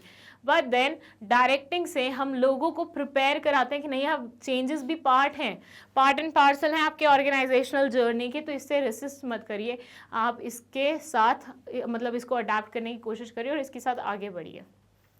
चलिए स्क्रीनशॉट लीजिए फटाफट इसका, इन पॉइंट्स का, and then let's move to 4 ही पॉइंट्स पूछे थे तो हम 5वां पॉइंट नहीं लिखेंगे, हम 4 ही पॉइंट लिखेंगे। Let's move to 32nd question. It says discuss in brief the process of communication and show the process through diagram। आपको कम्युनिकेशन प्रोसेस को डिस्कस करना है ब्रीफ में और उसके डायग्राम को शो करना है, बना के दिखाना है। देखिए वैसे तो इन्होंने स्पेसिफिकली मेंशन कर दिया कि डायग्राम बना के दिखाओ, लेकिन अगर ये मेंशन नहीं भी करते ना तो भी आपका फर्ज बनता था ये डायग्राम बनाने का। जब भी ऐसा कुछ आए जहाँ पे प्रोसेस की बात हो रही हो, अपनी तरफ से डायग्राम एडिशनली सप्लीमेंट्री कॉम्प्लीमेंट्री बना के दे देना, सामने वाला इंप्रेस हो जाता है, ठीक है। सो यहाँ पे इन्होंने तो लाइक स्पेसिफिकली मेंशन कर दिया कि हमें डायग्राम चाहिए तो बनाना ज़रूरी है। And this is the diagram of communication कि एक सेंडर होता है, वो मैसेज सेंड करता है और एक मीडिया का इस्तेमाल होता है, फिर रिसीवर तक पहुंचता है वो मैसेज, फिर रिसीवर फीडबैक भेजता है, और मैसेज जाने में एज वेल एज फीडबैक आने में दोनों ही टाइम में क्या हो सकता है, नॉइस हो सकती है। मैसेज को जब कन्वर्ट किया जाता है उसमें मशीनरी लैंग्वेज में उसे एनकोडिंग बोलते हैं, और सामने वाला जब उसे इंडियन मतलब नॉर्मल लैंग्वेज में कन्वर्ट करेगा उसे डिकोडिंग बोलते हैं। तो इस तरह से पूरी प्रोसेस चलती है कम्युनिकेशन की। ओके चलिए लेट्स सी क्या क्या पार्ट होते हैं इसके। The communication process consist of the following elements. यहाँ पे सारे एलिमेंट्स आपने देख लिए हैं, अब उनका मतलब समझ लेते हैं। सबसे पहले है सेंडर। ये वो इंसान है जिसको कोई मैसेज कम्युनिकेट करना है। फॉर से मुझे सामने वाले इंसान को कुछ बोलना है, मतलब मैं चाहती हूँ कोई एक पर्टिकुलर इन्फॉर्मेशन उस इंसान तक पहुँचे, कोई मेरा पर्टिकुलर आइडिया उस इंसान तक पहुँचे, मेरा पर्टिकुलर ओपिनियन उस इंसान तक पहुँचे, तो I will be called the sender in this case, ठीक है, बिकॉज मैं वो मैसेज को इनिशिएट कर रही हूँ। सो सेंडर वो होता है जिसको मैसेज कन्वे करना है, और he may be a speaker, a writer और एन ऑथर, एक्टर। ये स्पीकर हो सकता है, राइटर हो सकता है, एक्टर हो सकता है, कोई भी हो सकता है। फिर है मैसेज। मैसेज मतलब वो पीस ऑफ इंफॉर्मेशन जो सामने तक पास कराने के लिए सेंडर इतनी जिद्दोजहद कर रहा है। वो आपका ओपिनियन हो सकता है, वो आपका आइडिया हो सकता है, वो कोई नॉर्मल इन्फॉर्मेशन हो सकती है, कोई फैक्ट हो सकता है, कुछ भी हो सकता है। ये सेंडर के दिमाग में होता है, ठीक है, जो उसको अपने लैंग्वेज में कन्वर्ट करके भेजना होता है। फिर है encoding. The sender translates the message into words, gestures and other symbols which he feels will make the receiver understand the message। ये क्या करता है, अब उस मैसेज को ऐसे उसमें कन्वर्ट करेगा जिससे सामने वाला इंसान उसकी बात को समझ पाए। अब जब कन्वर्जन होता है नॉर्मल मैसेज का, मतलब दिमाग में जो चल रहा है उसको उस वे में ट्रांसलेट करो जिस वे में सामने वाला इंसान समझ सके, तो उसको हम क्या बोलते हैं, एनकोडिंग बोलते हैं, ठीक है। चलिए, फिर होता है चैनल और मीडिया। मतलब ऑब्वियसली आपको किसी को मैसेज भेजना है, इन्फॉर्मेशन भेजनी है, तो आपको किसी मीडिया का इस्तेमाल करना होगा ना। For say other person is in Mumbai, you are in Bhopal, तो ऑब्वियसली आपको क्या करना होगा, आपको कॉल करना होगा। आपको कॉल किससे करना होगा, फ़ोन से करना होगा, तो फ़ोन यहाँ पे क्या होगा, आपका चैनल होगा। The encoded message is transmitted through some medium known as communication channel that is speaking, writing, phone call, internet, etc. Decoding क्या होता है भैया, जो सामने वाले, मतलब आपने जो भेजाया था मैसेज, जो कि ट्रांसलेट करके भेजा था, उसको अब सामने वाला अपनी लैंग्वेज में ट्रांसलेट करेगा तो ताकि उसको समझ आ सके। It means the process of conversion of symbols into the message by the receiver. फिर है receiver. The person who receives the message is called the receiver. Receiver कौन होता है, वो इंसान जिसको मैसेज रिसीव होता है, जिसके लिए आपने इतनी मेहनत करी थी, जिस तक आप कोई बात पहुंचाना चाहते थे। Such response is known as feedback. अच्छा, फिर फीडबैक आता है, रिसीवर अपना रिस्पॉन्स भेजता है। भैया उसको ये भी तो बोलना होता है हाँ समझ गया, मतलब यहाँ से उसको कोई इंस्ट्रक्शन मिल रही है, सामने वाला बोलेगा ना हाँ समझ गया, या हाँ हाँ ऐसा होता है, ओके ओके ओके ऐसा बोल रहे, ठीक है ओके, तो ये इसका फीडबैक होगा। और बीच में अगर कोई हिंड्रेंस आती है तो उसे हम नॉइस का नाम देते हैं। कई बार ऐसा होता है ना, इंटरनेट बंद हो जाता है, जैसे व्हाट्सएप बीच में बंद हो गया था एक दिन 2-4 घंटे के लिए, इतने मीम्स बन गए थे ना, 2 घंटे व्हाट्सएप बंद हुआ और इतने लगातार मीम्स पे मीम्स आ रहे थे, ठीक है। सो यस, ये क्या है, बंद होना, या फिर बीच में कभी कभी हम फ़ोन पे बात कर रहे होते, बीच में चिक चिक चिक चिक चिक चिक ऐसी आवाज़ आने लग जाती है, तो ये सारी क्या होती है, नॉइस होती है, ठीक है। तो ये 5 हैं element, sender, message, encoding, channel, media, decoding, then receiver, feedback and आपका नॉइस। चलिए स्क्रीनशॉट ले लीजिए। चलिए इसका पहले मैं हटूँ, ये डायग्राम कभी लेना होगा आपको। डन, इसका स्क्रीनशॉट ले लीजिए। And then let's move to the next question. ये है आपका case based question. 2 case based question है, 33 एंड 34। अच्छे से पढ़ते हैं इनका मतलब क्या है, ठीक है। ये केस स्टडी है प्रोफाइल ऑफ अब्राहम मैस्लो 1908-1970। ये वही हैं जिसने मैस्लो नीड हायरार्की थ्योरी दी है, उनके बारे में है। It says Abraham H. Maslow was born in Brooklyn, New York in 1908. He studied primate behavior at the University of Wisconsin, where he received his doctorate in psychology in 1934.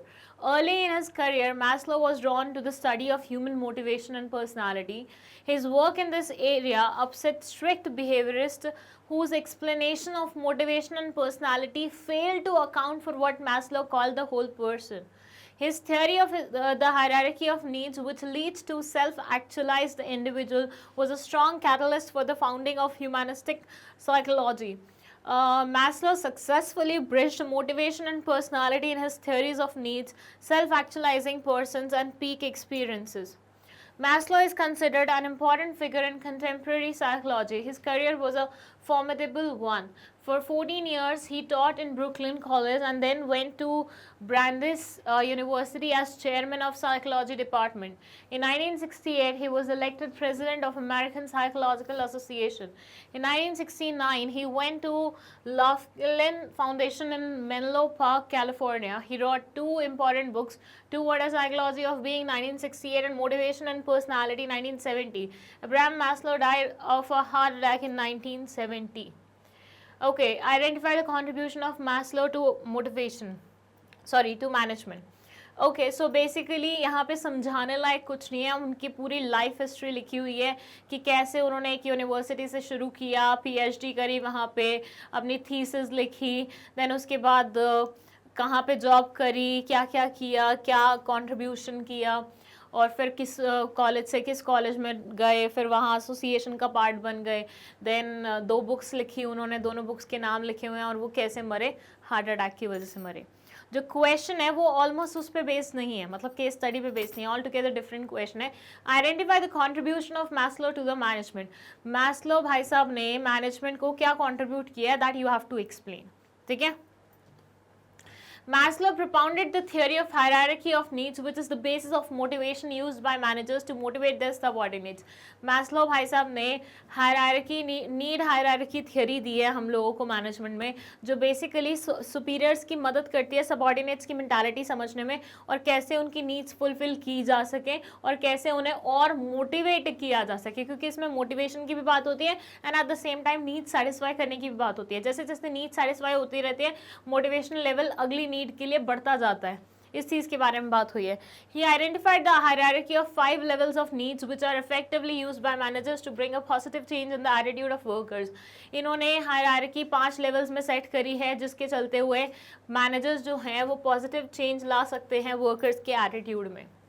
Explain the theory propounded bye Maslow. Need hierarchy theory के बारे में आपसे जानना चाह रहे हैं, और ये कुछ इस तरह से मूव करती है, यहाँ से शुरुआत होती है, फिर यूँ बढ़ते बढ़ते बढ़ते बढ़ते यहाँ तक पहुँचती है। So basic physiological needs, there are basic needs, रोटी कपड़ा और मकान, which a person is required to satisfy in order to survive. Hunger, thirst, shelter, sleep are some of the examples of these needs. In an organization, basic salary helps to satisfy these needs. Second है safety and security needs. इसमें ये बोलते हैं these needs are concerned with physical, economic and social security in the form of job security, stability of income etcetera. Safety needs में आ जाते हैं कि भैया तुम्हारी जॉब तुमसे नहीं छीनी जा रही है, प्लस जिस जॉब में तुम काम कर रहे हो वहाँ पे तुम्हें जान मान की हानि नहीं होगी, सॉरी, ठीक है। एफिलिएशन, बिलोंगिंगनेस, सोशल नीड्स, जहाँ पे तुम काम करते हो ऑब्वियसली वहाँ पे तुम चाहते हो लोगों के साथ तुम्हारी वार्तालाप होती रहे, ताकि तुम्हें और मतलब लेफ्ट आउट ना फील हो, तो वो बिलोंगिंगनेस वाली भी तुम्हारी एक नीड होती है जो तीसरे नंबर पे आती है। जैसे these needs are concerned with affection, sense of belongingness, acceptance and friendship. It is fulfilled when employees have cordial relations with colleagues. ये तब फुलफिल होती है जब एम्प्लॉयज का कॉर्डियल रिलेशन होता है उनके कोलीग्स के साथ, ठीक है। अच्छा, यहाँ पे इन्होंने पूरा ड्रॉ किया हुआ है, देखिए, बेसिक फिजियोलॉजिकल नीड्स, देन उसके बाद सेफ्टी सिक्योरिटी नीड्स आते हैं, फिर एफिलिएशन, बिलोंगिंग में सोशल नीड्स आते हैं, देन आती हैं आपकी एस्टीम नीड्स। इसका मतलब ये होता है वहाँ पे आपको अप्रिसिएशन, रिकग्निशन चाहिए होता है। फिर आती है सेल्फ एक्चुअलाइजेशन नीड्स, मतलब you want growth in life, ठीक है। इंडिविजुअल एग्जाम्पल में आता है हंगर, मतलब सबसे पहले कोई भी इंसान अपनी भूख को सेटिस्फाई करना चाहेगा, उसके बाद वो अपनी इनकम में स्टेबिलिटी लाना चाहेगा, फिर वो चाहता है लोगों से उसकी दोस्ती हो, फिर वो चाहता है उसका स्टेटस हो, फिर सेल्फ फुलफिलमेंट, मतलब उसकी ओवरऑल करियर में ग्रोथ हो या डेवलपमेंट हो। बेसिक सैलरी, अच्छा, ऑर्गेनाइजेशनल एग्जाम्पल ये होगा बेसिक सैलरी, ठीक है, दे पा रहे हैं हम, पेंशन प्लान, फिर cordial relation with colleagues, job title, achievement of goal. मतलब ऑर्गेनाइजेशन में इंडिविजुअल किन सोच के साथ आता है कि पहले तो बेसिक सैलरी मिल जाए, फिर पेंशन प्लान्स मिल जाएं, ठीक है, उसके बाद लोगों के साथ अच्छे वार्तालाप हो जाए, जॉब टाइटल अच्छा सा मिल जाए, और फिर गोल्स अचीव हो जाए, ठीक है। तो ये बहुत ही अच्छे तरीके से बनाया हुआ है, इसका फट से स्क्रीनशॉट ले लो तुम एक बार, ठीक है, बहुत बढ़िया तरीके से बनाया हुआ है। एक बार फिर से स्क्रीनशॉट लेने का मौका दूंगी। पहले एस्टीम नीड्स और सेल्फ एक्चुअलाइजेशन पे बात कर लेते हैं। एस्टीम नीड्स में they right these needs include factors such as self respect, status and recognition. When these needs are fulfilled through job title, it enhances self confidence and prestige of employees. Self actualisation में से it is the highest level of need in the hierarchy. ये highest level की need होती है hierarchy में। These needs are growth, self fulfilment, achievement of goals, जब आपको लगता है आपके ऑब्जेक्टिव्स आप अचीव कर पा रहे हो, ठीक है। चलो यहाँ से इसका स्क्रीनशॉट लेना शुरू करो, इस डायग्राम का ले लो। ये बहुत ही प्यारा डायग्राम है, ये वाला तो तुम्हें हर जगह देखने को मिल जाता है, ये दो आपको हर जगह नहीं देखने को मिलते हैं, इसलिए अच्छे से इसका स्क्रीनशॉट लो और मौका मिले तो अपने उसमें पेपर में ज़रूर इस्तेमाल करना। चलिए ये लास्ट के 2 पॉइंट्स। देन है आपका second question, identify any 3 incentives that fulfil social needs of employees. Actually 3 incentives जो कि सोशल नीड्स को फुलफिल करते हैं एम्प्लॉयज़ की। 3rd नंबर का क्वेश्चन है ये, ठीक है। स्टेटस, जॉब एनरिचमेंट, स्टेटस में आता है कि आपको एक औहदा मिला हुआ है, ठीक है। जैसे in business term status means ranking of the positions in the organisation. Organisation में आपकी कौन सी पोजीशन बनती है। The authority, responsibility, rewards, recognition. आपके जितने भी रिस्पेक्टिव एसोसिएटेड चीज़ें होती हैं वो आपकी पोजीशन से ही होती हैं। जैसे आप मानिए मैनेजर की बहुत ज़्यादा इज्जत होती है, फिर उसके बाद बोर्ड ऑफ डायरेक्टर्स या फिर ऐसे वर्किंग डायरेक्टर्स होंगे, उनकी उससे भी ज़्यादा इज्जत होगी। फिर चेयरमैन आ जाते हैं, उसकी उससे भी ज़्यादा इज्जत होगी। वर्कर्स आते हैं, उनको सबसे ज़्यादा, मतलब इज्जत की बात नहीं है, इट्स लाइक सबसे ज़्यादा पावर्स होंगी उनके हाथ में, पावर उनके हाथ में इतनी होगी। जैसे वर्कर्स के हाथ में ज़्यादा पावर नहीं होती, उसके बाद उनके सुपरवाइजर आते हैं, उनके पास ज़्यादा पावर होती है इन कंपैरिजन टू वर्कर्स। फिर आपके मैनेजर आ जाते हैं, उनके पास और ज़्यादा पावर होती है। तो जिस पोजीशन पे तुम हो ना, उसी से रिलेटेड जितनी पावर्स, रिस्पॉन्सिबिलिटीज़ होते हैं वो तुम्हें मिलती रहती है। सो वो चीज़ है जॉब इनरिचमेंट, जब तुम्हें अपने काम में अलग अलग वैरायटी का काम करने का मौका मिले, मतलब तुम्हें मौका मिले कि हाँ यार एक ही काम में मुझे इतना कुछ सीखने को मिल रहा है, इतना एक्सपोजर मिल रहा है। That's what we call job enrichment. It is concern with designing of jobs that include greater variety of work content requiring higher level of knowledge and skill. This provides opportunity for growth and development of an employer on one hand and more autonomy responsibility on the other hand, which becomes a source of motivation to the individual. 3rd है organizational climate, मतलब आपको organisation में एक ऐसा माहौल मिलना चाहिए way you feel secured, way you feel loved, way you feel like हाँ I belong to this place, way you feel proper freedom, liberal चीज़ें हों वहाँ पे। Better conditions in the organisation like individual autonomy, reward orientation, consideration of to employees, risk taking, better performance of workers, helps in develop better organisational climate. चलो इसका भी screenshot ले लो। ये 3रे नंबर का क्वेश्चन था बाय द वे, यहाँ पे दूसरा लिखा हुआ है।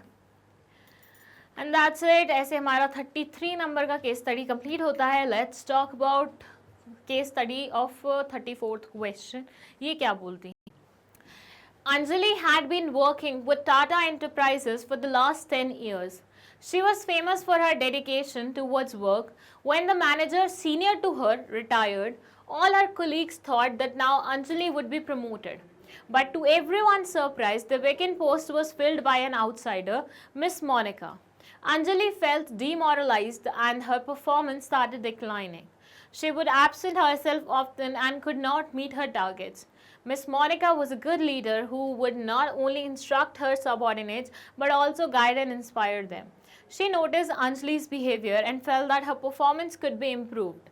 She started improving Anjali in the decision-making issues related to the organization and made her a part of high-level joint management committee.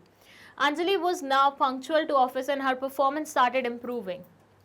Identify the function of management being performed by Monica. Okay, वैसे तो ये थोड़ी सी पुरानी case study है, पहले भी हम लोगों ने इसके बारे में काफ़ी चर्चा की हुई है।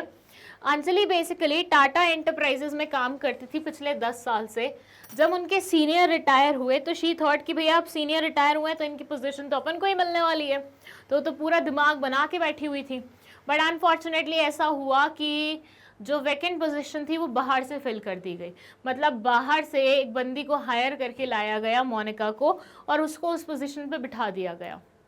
इससे अंजलि को बहुत धक्का लगा, उसको लगा यार ये तो मतलब वो पूरा मन बना के बैठी हुई थी कि ये पोजीशन तो मुझे ही मिलने वाली है, ऐसे कैसे हो सकता है कि कोई और वो पोजीशन ले जाए। और अनफॉर्चुनेटली ले गया कोई और वो पोजीशन, तो बहुत ज़्यादा डिमोरलाइज हो गई है एंड ऑफिस आना कम कर दिया, मतलब थोड़े बहुत इनके टारगेट्स मीट नहीं हो पाए उसके चलते हुए। तो मोनिका को ये बात समझ में आ गई क्योंकि वो बहुत बढ़िया लीडर थी, ठीक है। वो अपने सबऑर्डिनेट्स को इंस्ट्रक्ट भी करती थी, गाइड भी करती थी, इंस्पायर भी करती थी। तो उन्होंने समझी अंजलि की ये बात और अंजलि को डिसीजन मेकिंग में इन्वॉल्व करना शुरू कर दिया, उसको high level joint management committee का पार्ट बना लिया, जिससे अंजलि को ऐसा फील होना शुरू हो गया कि नहीं मेरी भी वैल्यू है इस ऑर्गेनाइजेशन में।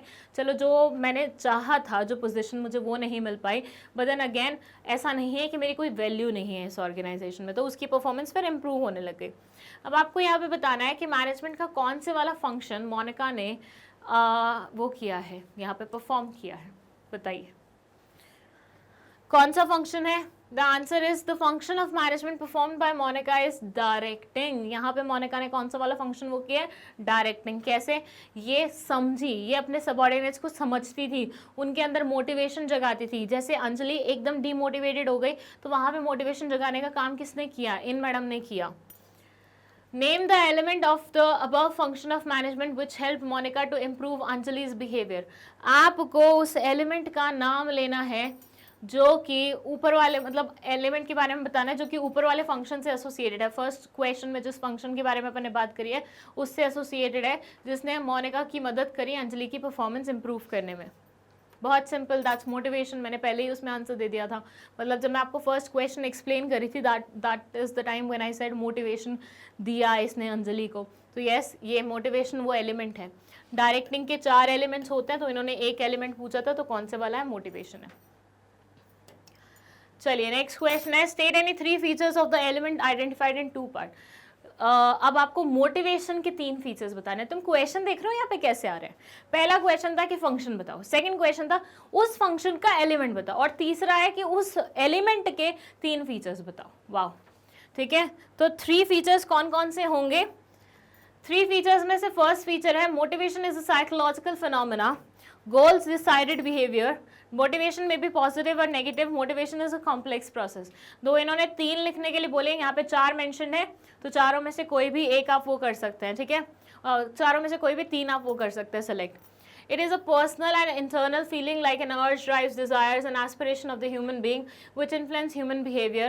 Goal directed behavior में this right motivation inspires an employee to achieve goals.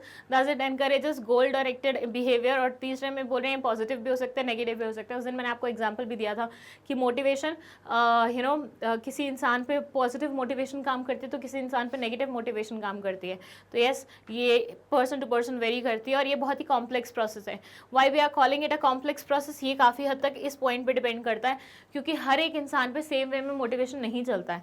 जैसे अगर मान लीजिए कोई इंसान है जो पॉजिटिव मोटिवेशन से ही आगे बढ़ पाता है, मैंने उसको नेगेटिव मोटिवेशन दे दी, मैंने उसको बोला तू कर ही नहीं पाएगा, तेरे से तो हो ही नहीं पाएगा, तू तो रहने दे, तू तो छोड़ दे इसको, निकल जा बाहर। वो एक्चुअली छोड़ के भाग गया क्योंकि वो डर गया इतना।